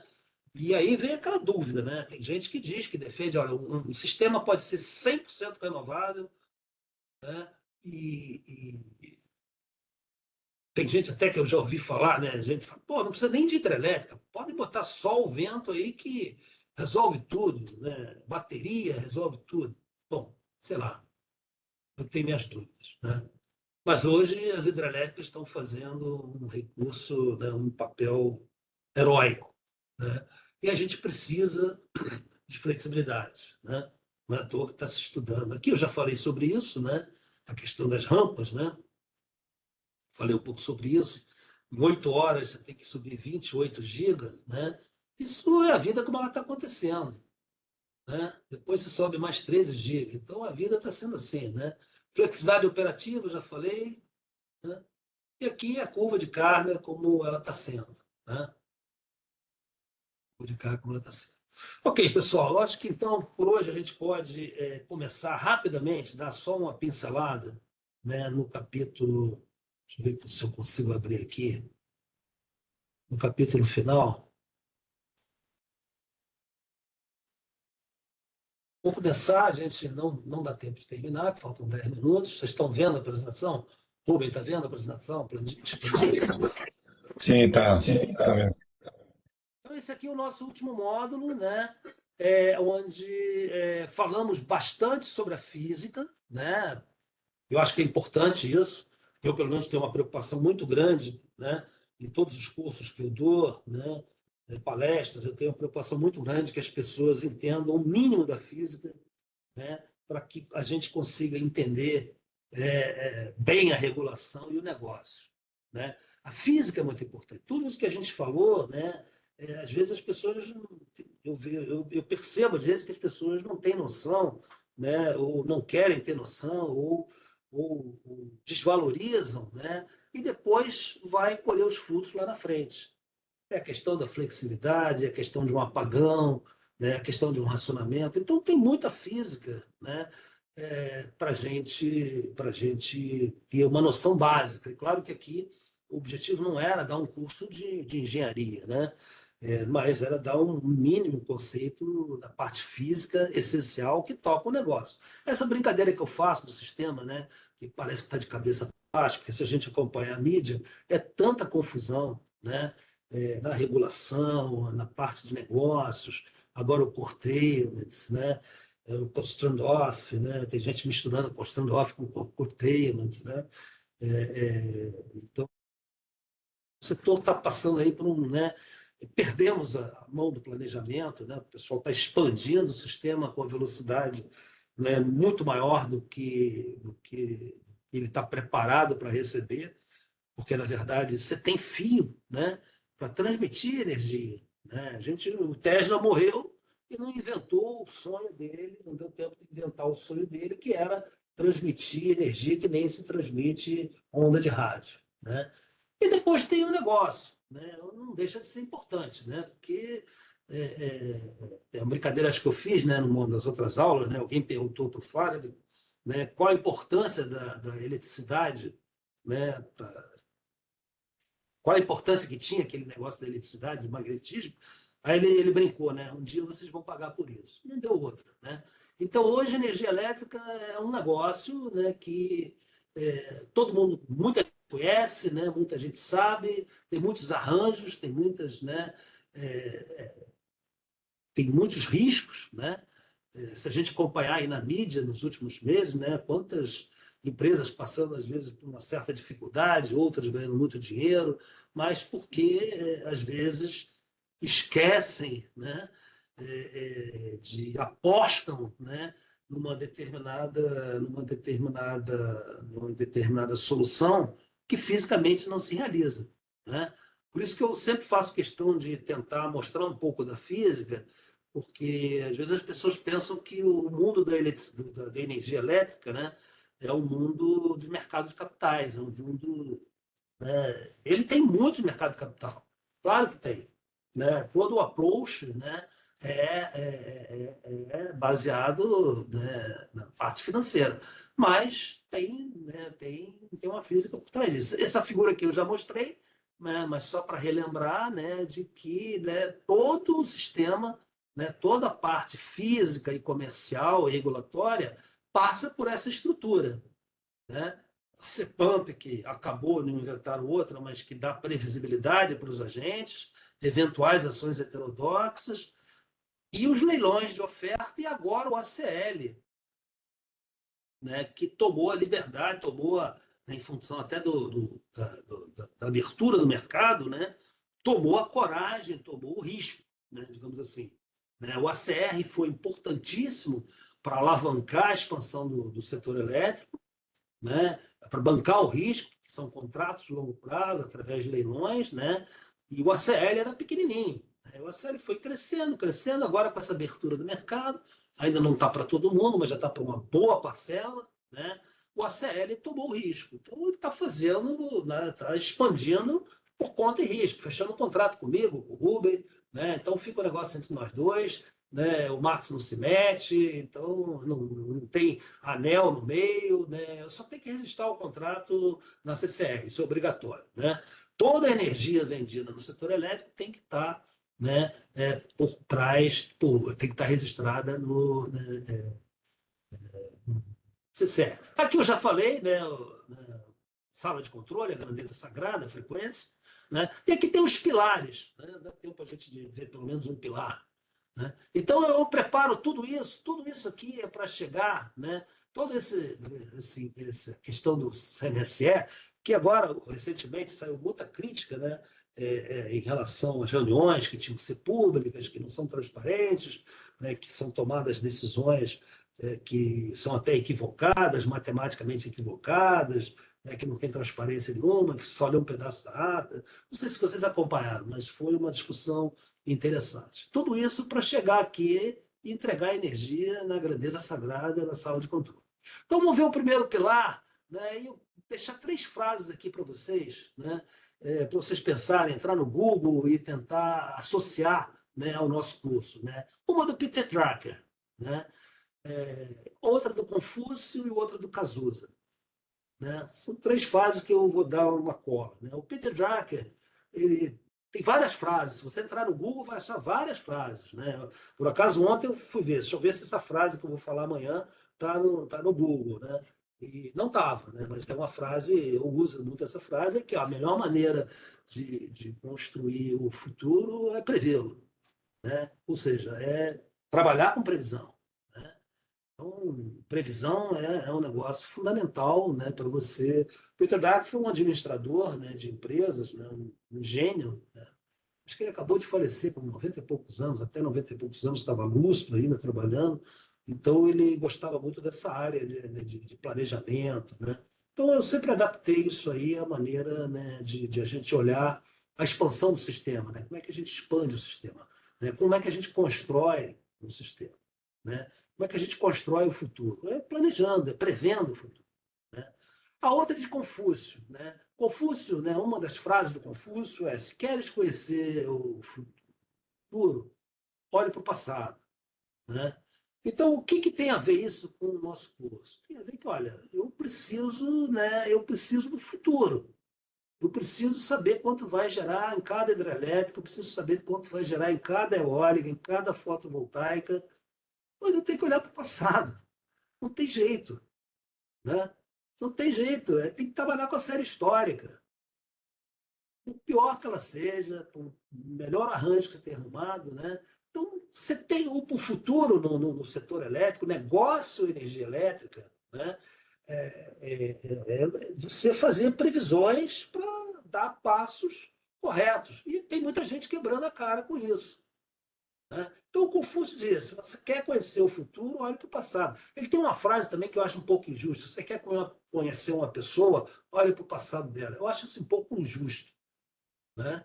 Porque não necessariamente a pessoa vai continuar sendo o que foi no passado. Ela pode mudar, pode ter tido uma oportunidade ou acontecido algum fato que mudou a pessoa. Não é ruim para sempre, né? Mas essa é uma das frases do Confúcio.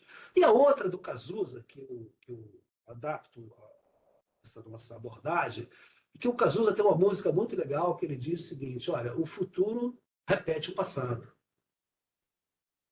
Uma música muito legal, das várias músicas legais que ele tem, uma delas tem um refrão que diz: o futuro repete o passado. O que isso tem a ver com o curso?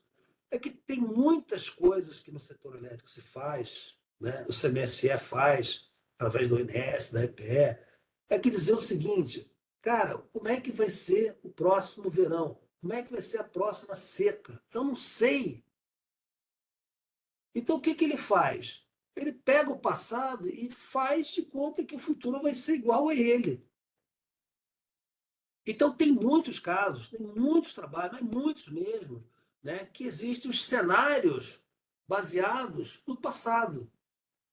Os modelos matemáticos, né, que geram séries artificiais, né, no fundo fazem isso. Os algoritmos, né, matemáticos, eles olham para o passado e geram séries sintéticas, né, séries artificiais. Mas tem muitos estudos que não dá para você trabalhar com tantos cenários. Então você pega, se aconteceu o que aconteceu em 2013, putz, vai dar isso. Se aconteceu o que aconteceu em 2018, putz, vai dar aquilo. Então, tem muitas simulações que são com base em cenários, né? Que o Cazuza dizia: ó, o futuro repete o passado. Então você faz de conta que no futuro vai ser igual ao passado e toma decisões, leva para o decisor. 3, 4, 5, 6 cenários. É assim que às vezes se decide uma ação heterodoxa. Quando eu mostrei aquela figura no início aqui desse capítulo, né? Aí do CMSE, né? São decisões que são levadas para o comitê decidir, que são as chamadas heterodoxas. O que, que significa isso? Pô, vocês não acreditam no modelo? Olha, depende da aversão a risco que que aquele conjunto, né, aquele conjunto de pessoas que estão ocupando ali o CMSE tem, né? O modelo matemático, todo mundo sabe, tem simplificações. A chuva pode ser pior do que A seca pode ser pior do que a seca passada. E o modelo, né, os modelos matemáticos de previsão, eles são autorregressivos, né? Eles olham para o passado, mas eles comparam banana com banana, né? Eles não veem, por exemplo, o esforço que o ONS fez, né? E é um dos modelos satélites, né? O tal do SMAP, né? Que é um modelo físico, que ele olha o solo, ele olha as condições do solo de cada subbacia, mas ele trabalha com uma incerteza. Bom, mas qual vai ser a chuva? Então é um modelo super budoso, mas ele olha no máximo um ano à frente. Não consegue olhar mais do que isso. Ele finge que tem uma chuva e ele conhece as características do solo e sabe exatamente como é que aquela chuva vai se transformar em vazão. E dado vazão, você tem tudo. Tudo que a gente precisa, né, no setor elétrico, né, para operar o sistema e para comercializar a energia, é saber quanto vai chover. Então, tem horas que existe, né, quando bate o desespero, uma seca, vai atrasar o período chuvoso, né? O Semadem diz, olha, vai atrasar o período chuvoso. Até mesmo há pouco tempo estava um tititi danado, bandeira vermelha, bandeira roxa, todo mundo desesperado. Agora melhorou, né? Então, tem horas que você tem que pegar o modelo matemático, né, e dizer o seguinte, olha, tudo bem, o modelo matemático está dando isso, mas eu tenho um cenário que pode ser muito pior do que o modelo está dizendo. Mas qual é esse cenário? Eu invento um cenário ou pego, extraio um cenário do passado e repito o futuro? Então é muito comum, né, se fazer esse tipo, né, o operador, né, o INS faz esse tipo de simulação casusa, né? O futuro vai ser igual ao passado, mas tem que dizer qual o passado que usou. E aí tem que alguém tomar a decisão. Ó, chama a térmica do MEC, fora do MEC. Compra da Argentina, compra do Uruguai. É isso que o pessoal fica danado, né? Porque essas decisões são tomadas, né, numa reunião, num conselho. Né? Então, quando chamou térmica fora do MEC, pô, mas não estava previsto. O DCEI não chamou, mas vão chamar semana que vem. Né? O Decomp não chamou. Agora vai comprar da Argentina o preço que eles quiserem, vai comprar do Uruguai o preço que eles quiserem. Né? Então, são esses tipos de estudos, né, que fundamentam. Né? Então, o que eu pretendo encerrar na quinta-feira, porque como o planejamento da programação, né, são utilizados para a formação de preço de energia no Brasil, preço de liquidação de diferença, PLD, porque as características físico-operativas do sistema impactam a formação do PLD. Nós já olhamos muita coisa disso. Né? Características físico-operativas, né, foi um tempo enorme que a gente gastou, né, ou ganhou, não sei, dependendo. Né? Como é que é o SIM, como é que é o sistema, como é que opera o sistema, né, as características da operação. Esse é o modelo mercantil atual que a gente usa. É um modelo chamado zonal. Né? Zonal porque pega o preço igual para toda a região norte, o preço igual para toda a região nordeste, o preço igual para toda a região sul. Né? Só que ele é um modelo, né, que ele é de 1998. Essa é uma crítica, né, que se faz, que não tem ninguém que deixe de fazer, né, que é um modelo mercantil que ele tem já passou, é do século passado, que foi um modelo desenhado, né, por um sistema basicamente hidrelétrico. Nem termoelétrica a gente tinha tanto. Termoelétrica era mismatch. Você abatia da carga praticamente. Né? Aí depois o que aconteceu? Veio o racionamento de 2001, já no século XXI. Né? Vieram, né, a partir de 2011, veio, a partir de 2007 começaram as eólicas. Né? Em 2011 já tínhamos 1 giga de eólica. Depois veio agora a fotovoltaica, né, centralizada. E agora a mini geração distribuída. Uma explosão, né, que ninguém mediu direito. Né? Essa que é a verdade. Então é um modelo que, né, precisa ser, né? Eu não vou me atrever aqui a dizer o que tem que fazer, mas eu vou tentar dar elementos para vocês perceberem, né, de quais são as artimanhas de um modelo mercantil, né, que virou o século numa situação completamente diferente, né, com muito mais incertezas e com muito menos previsibilidade. Isso aqui é interessante, né?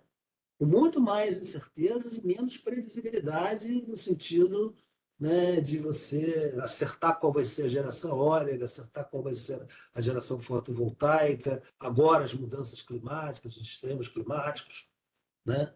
Então, mas é o modelo que a gente tem, né, que está em discussão. Vocês devem estar acompanhando, né? Já tem um projeto Meta 2, né, que está sendo já acho que na terceira ou quarta reunião, né? Projeto do Banco Mundial, que tem uma proposta de revisão do modelo mercantil, né? Um projeto participado pelo Banco Mundial. É interessante vocês entrarem na internet, né, e acompanharem, né, verem quais são as propostas. Não vai dar tempo da gente discutir, né, essas propostas, né? Porque existe o mercado de curto prazo, mercado de diferenças, qual a diferença entre CMO e PLD, que valor o CMO e o PLD podem assumir, né? Isso aqui é que eu gostaria que se vocês pudessem participar amanhã, né, para a gente fazer amanhã não, quinta-feira, uma dinâmica de dúvidas, se for possível, tá? Pô, bem, eu encerro por aqui, já passei 5 minutos, né? Deixa eu ver como é que. Ótimo. Só ficou eu, você e Murilo aí. Então, Murilo disse que chamar a turma para quinta-feira, né? Interessante. Ah, mas está gravado, né? Isso aqui é importante, né? Ótimo. Então tá, Bom, Rubem. você quer fazer alguma pergunta, Murilo? Alguma coisa? Eu até anotei algumas perguntas, mas eu vou deixar para quinta-feira, então, até pela hora aqui, para não Ah, tomar mais tempo do professor aí, que não. Tudo bem, Murilo, fica à vontade. Se não der tempo também, a gente tem contato aí com o Rubem, não tem problema nenhum. Estou sempre à disposição aí, é até uma prática que a gente tem, né? Aluno que tem dúvida depois do curso, está sempre ajudando. Tá ok. Aí, mas Até que venha. quinta-feira vai ter uma sessão mais de dúvida, né? É, com Aí, certeza. aí eu deixo anotado aqui que a gente trata lá, tá bom? Tá bom, Murilo. Grande abraço. Tchau, Rubem, gente. grande tá bom, abraço. Obrigado. Murilo. Boa noite, tá? Tchau, Tchau, Mário. boa noite. Até quinta-feira.